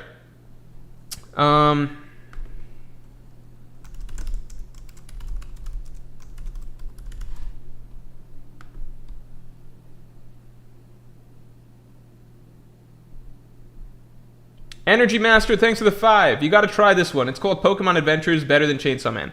I've tried Pokemon Adventures. I love it. It is my favorite. Dandadan has amazing paneling. Shit. Maybe I should... Well, if it wins this poll, I'll be reading the first chapter of the manga, and I'll decide myself if I want to wait for the anime or not. Magnus Perez, thanks. Just realized Kingdom got voted out. What the fuck? When? Yeah, Kingdom lost. I think it was really tight, but first round. It's just luck of the draw, man. If it got reshuffled, it is what it is. But it's a tournament, so at some point Kingdom would have lost anyway. It doesn't really matter if it loses first round or last round. All right. Freeren's taking this one. All right, now we're getting to the good stuff. I mean, it's already all been good stuff, but we're getting to the later rounds of the tournament. Behenor, thanks a lot. If Edgerunners wins, just a warning, there's a full-on nudity in the first episode. I don't know if that will be a problem. Oh, I see what you're saying, like if I'm streaming it.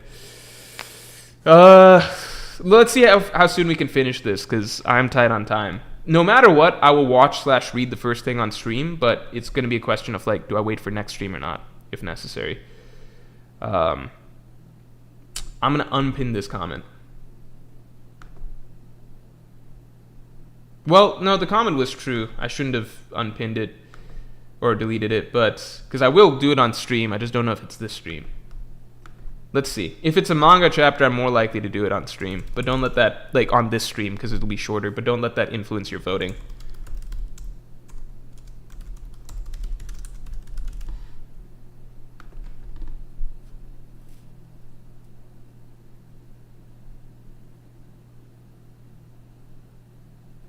What are we in? The top 8? 1, 2, 3, 4, 5, 6, 7, 8. Damn, top 8.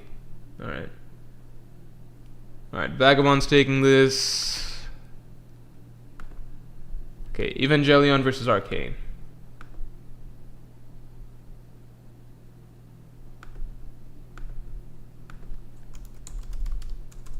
And thank you for the heads up, Banort. That could have been bad.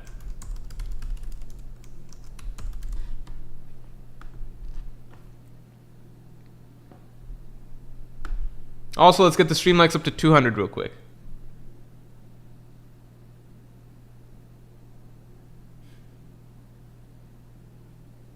Oh, shit. We got another one of these. Alright. Got another one of these. 50-50. 50-50. Alright.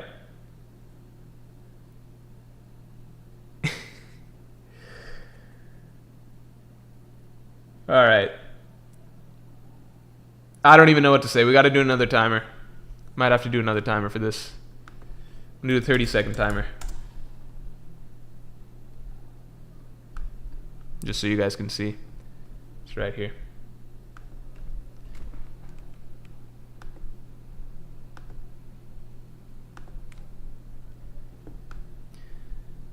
Whatever's up, once that timer hits, you know what it is. You know how it works. You understand basic timing shit, you know? 3, 2, 1. I'm hitting end. Holy shit. Okay, wow. Wow.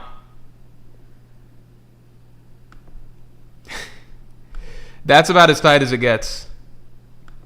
I feel like Evangelion and Sakamoto Days also another like 50-50. One of these was recently a 50-50. 50-49.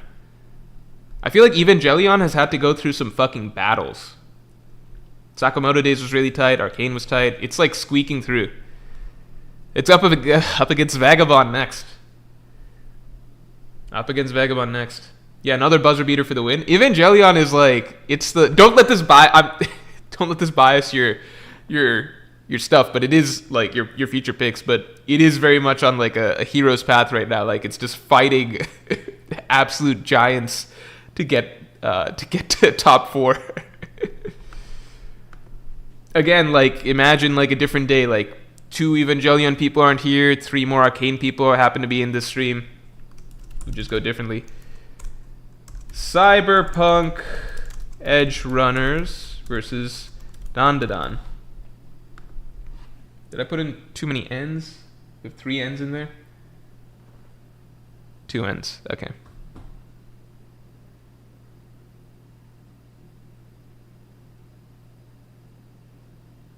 God damn, why are these all so tight now? I mean, I get why they're tight. I already talked about that earlier, but like, it's just happening over and over.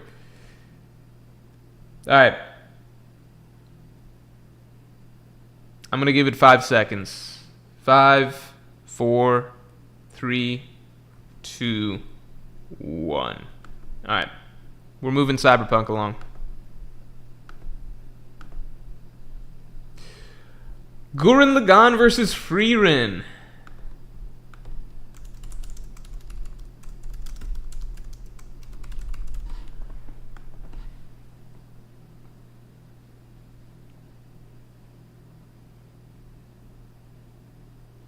I did not put Umineko in there.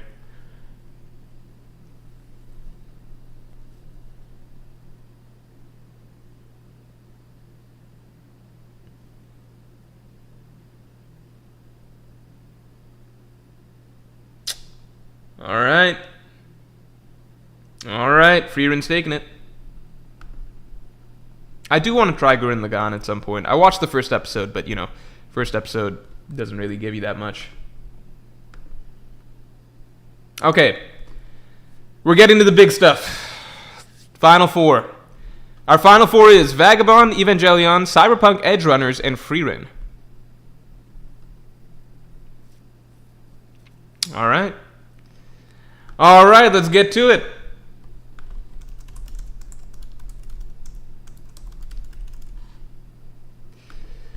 I wonder how this one's gonna go. This one, I'm really, really fucking curious about this one.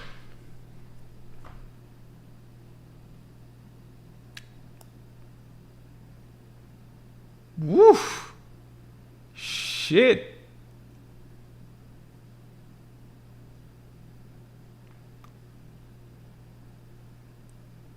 God damn. All right. I mean, it's still close, but it's, 60-40. All right, I'll give it 5 seconds just to see. 5, 4, 3, 2, 1. All right. Honestly, I was kind of scared of Vagabond winning just because I didn't even initially want to put it into this poll because I don't want to start a series that I know is never going to end. I didn't want to put Vagabond in here. I thought something would knock it off at this point just because I don't know how many people have actually read Vagabond. Not because I know everyone who's read Vagabond loves it, but I just thought that something, because some of these series are more popular, I thought it would get knocked off at this point. But it's made it really far, so I'm kind of getting scared.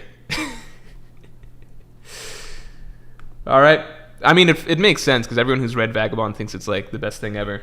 It might be, but I don't want to read it. But I will abide by the victory of the poll. The only reason I don't want to read it is just because it's not got an ending and it's never going to get an ending. Yeah, Cyberpunk's made it through pretty well. I don't think Cyberpunk was... So it got a bye the first round. I don't think it was against the hardest competition this round with 86. I am surprised it beat Dandadan because people talk about Dandadan so much as of late. But I guess Dandadan's still pretty niche. And I imagine Cyberpunk Edge Runners is very good. Alright, so this is tight as fuck. I guess people really like Cyberpunk Edge Runners. I didn't realize it was this popular. King G says Vagabond is top 2 and it's not 2. I know people that read Vagabond all love Vagabond. I get it. I believe it's really, really good. All right, this one I'm going to give it 20 seconds. I don't know if I want to do a timer for this. Because it does seem like it's edging it decently. All right, 20, 19. I don't want to do the verbal countdown. I'll give it 10 seconds in a sec. I think a lot of people just don't want Frieren to win. I don't want that to be the motivation. Just vote on what you'd actually like me to watch or read, Don't just vote against Frieren to put Frieren in its place. But if you want Cyberpunk Edge, don't let that sway your vote to Frieren either. I'm just saying, don't spite vote either. I think I got to do a timer for this because this is getting really close. I'll do a 20-second one. Here.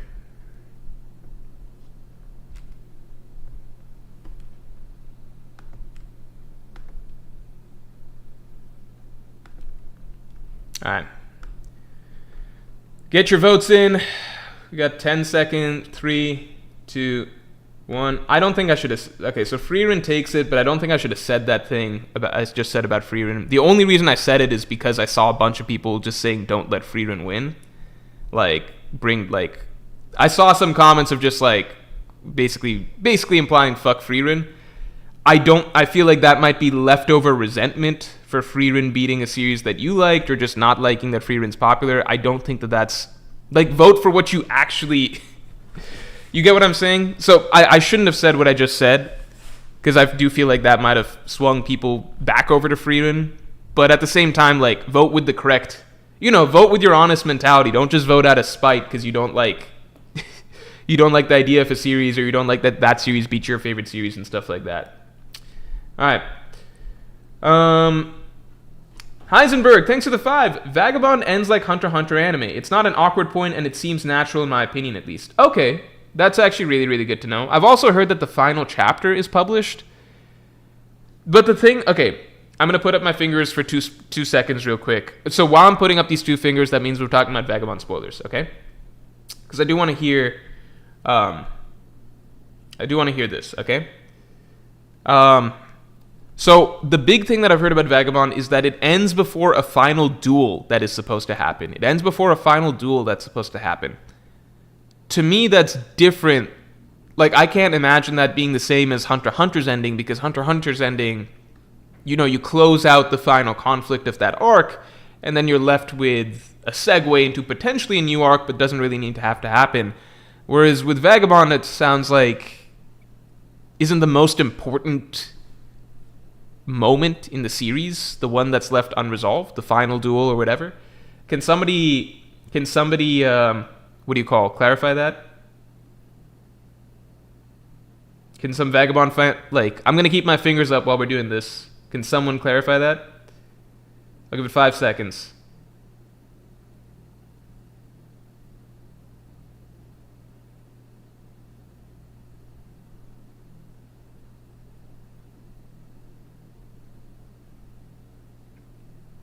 No, it's about the journey and not the duel. Okay, I guess.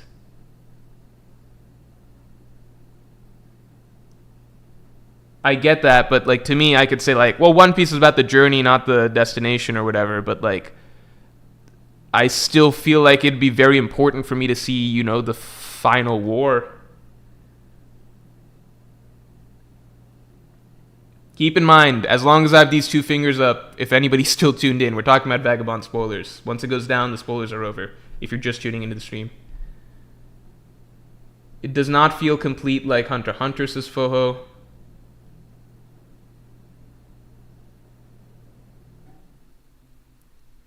Okay, Loud Waffle says the final duel's outcome is already settled because it's a historical event. I know that, but like that's, what do you call?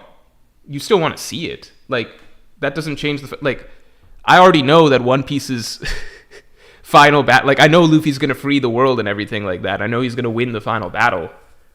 It's the character's mindsets going in that matter, not the outcome. That's why there's no point in showing it. Again, I just disagree. Like, I could...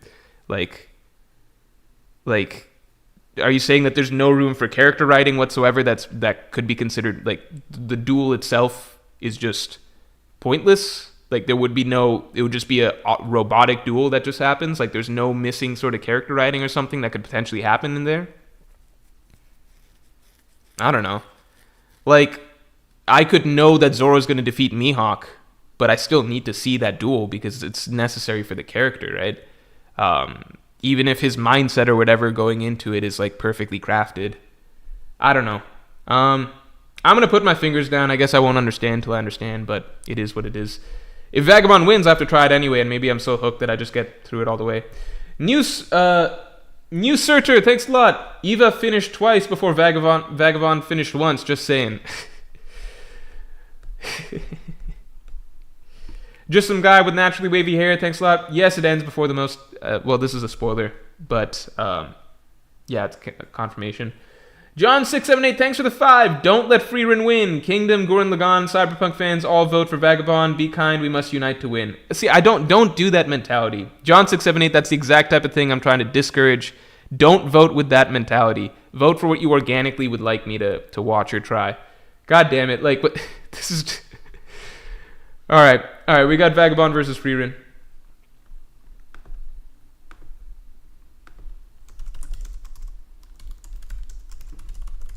I'm pretty sure I know how this is going to go.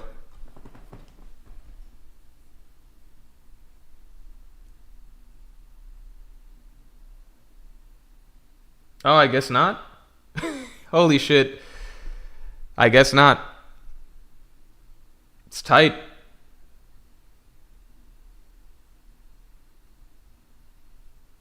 Fuck.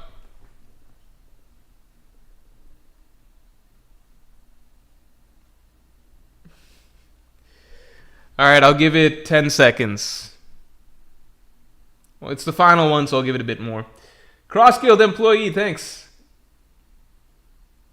Now people are calling Freerin cringe. I don't know if it's cringe or not. Alright. It's at 50%. I'll do a timer. I'll put a 30-second timer up. All right, you guys know the drill.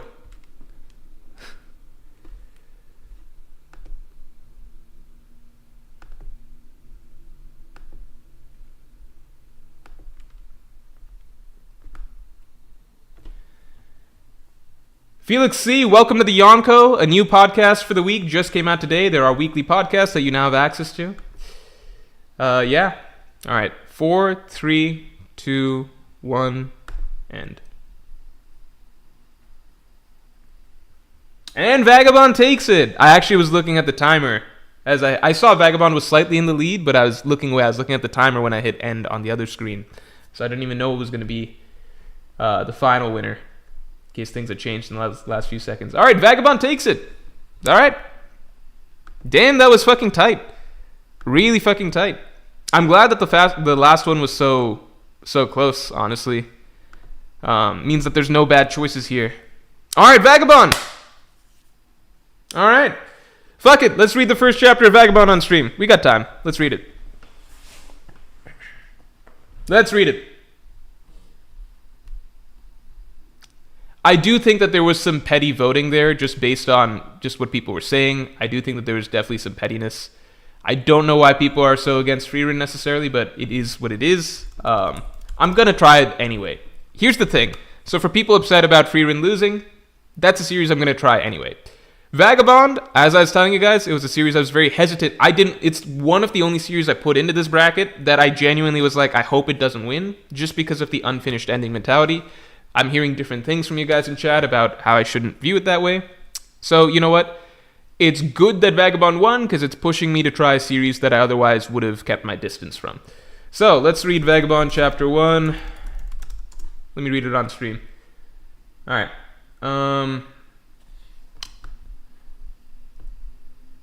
I don't know what the best translation for this one is going to be. I'm going to take a quick glance. Usually you can kind of tell... Fuck. I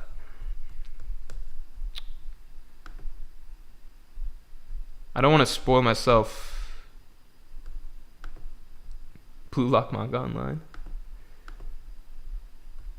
I think I like what this looks like a little bit better. I don't know translation-wise if this is going to be the best one. Usually for me, when I'm figuring out translations, I will read chapter 1 on one site, and then on another site, and then on another site, and then I'll just compare across the board. But here, we're just going to have to roll the dice because it's a reaction. So I'm just going to read one chapter for you guys. I'll compare and contrast to other sites afterwards. I'm going to roll with this. We'll see what it's like. All right. Unless you guys know the best site I should be reading it on. Read on Manga Box? I don't know. I usually like finding sites that are dedicated to that individual manga. For some reason, I find that they are often kind of good. In terms of like just layout and everything like that. I'm going to roll with this. Okay.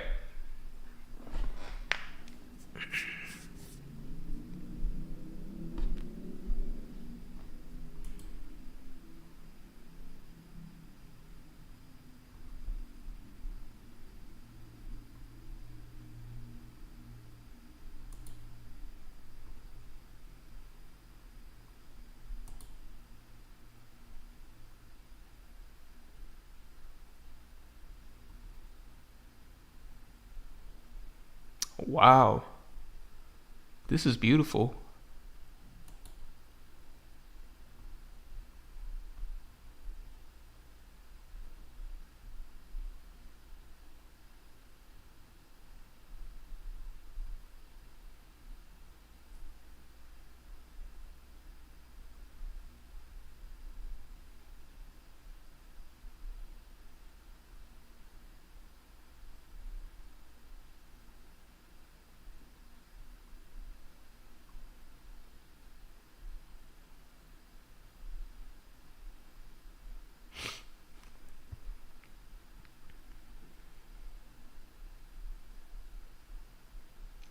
Gonna miss the color. Thought this color is beautiful. Feels kind of watercolory. But, you know, I knew it's gonna be in black and white, obviously.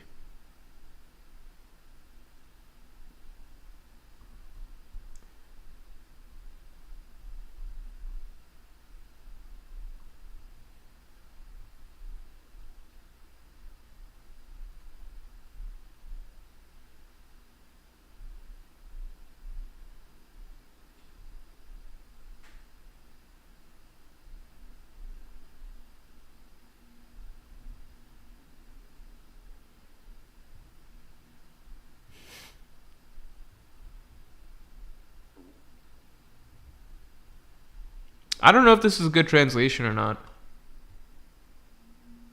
Most awkward reading stream ever. Hey, you guys, these are my reactions. I'm not gonna play up anything. I'm just gonna read it like I would normally be reading it. I might comment when I feel like commenting, but this is why I'm not a React streamer. Is this a good translation? For kicks seems like a... I don't know, it seems very... It seems kind of like, you know how like One Piece's translations in Viz are kind of awkward and like not really... It feels like Stephen Pauly. Is this a good translation? Alright, I'm gonna keep going.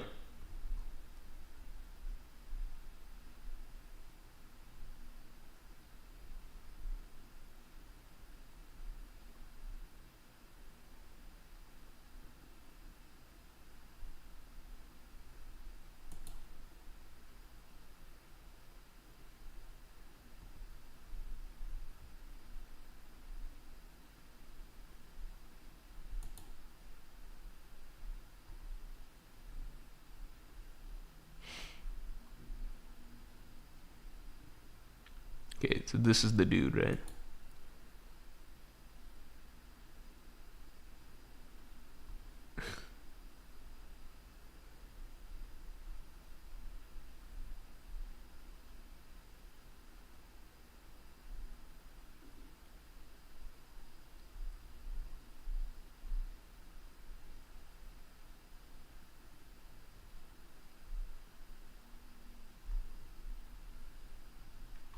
Don't know how I feel about this. Action seems kind of awkward.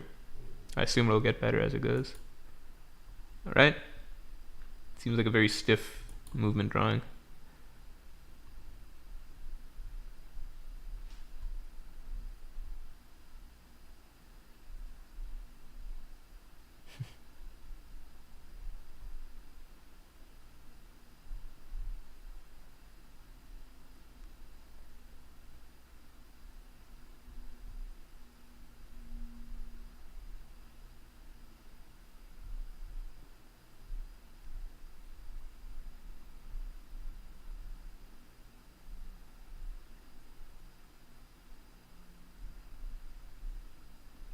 Damn.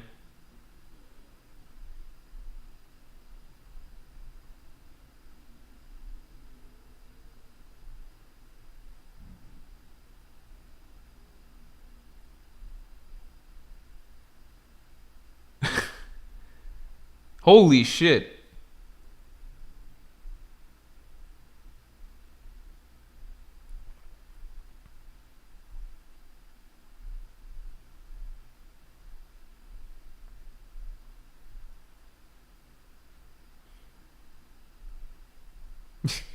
Holy shit.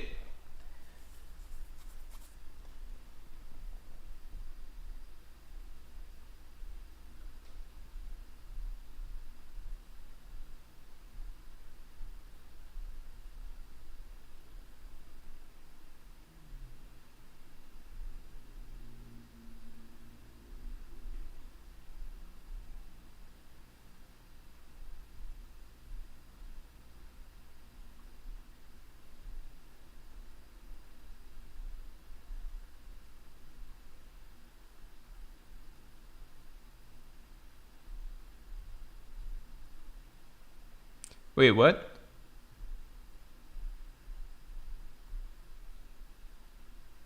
Oh, never mind.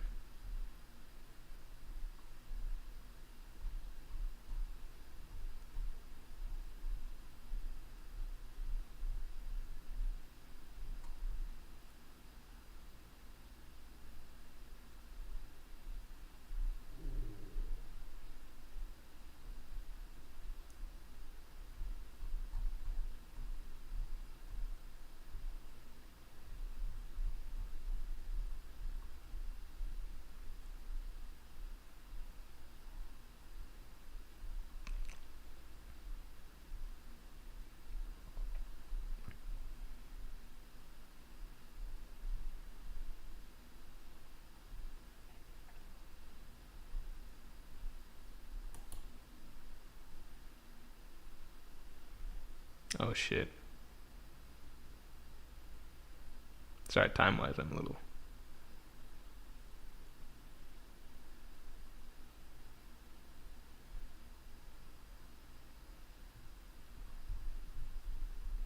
Okay, so...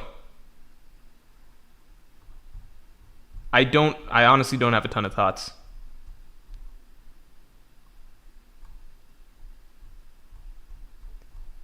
I think I'm just gonna have to keep reading. I don't have a ton of thoughts. Are these two gonna be super important? Or maybe not.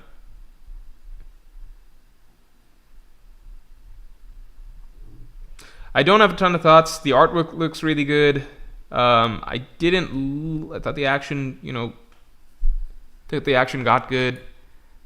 I don't have a ton of thoughts. I don't have an analysis. I don't have anything off of this right now. First chapter sets up something, but don't have a ton of thoughts.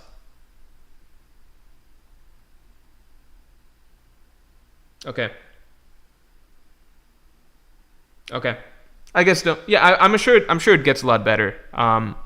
Most series, again, I'm not like super hooked by the first chapter. I don't even really care for like Berserk's first chapter, for example. But I'll keep going because I said that's the point of the stream. I'm not gonna keep going right here, but like you guys voted, I got to keep reading Vagabond. I'll read at least the next several chapters. I'll get through the first arc, I suppose.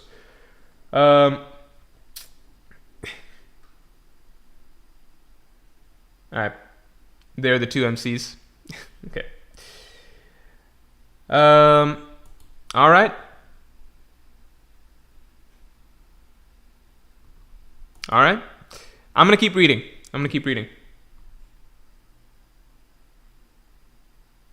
There's still time to watch an episode. I will watch Frieren on my own time. Don't worry about that. But all right. If somebody can send a better a translation.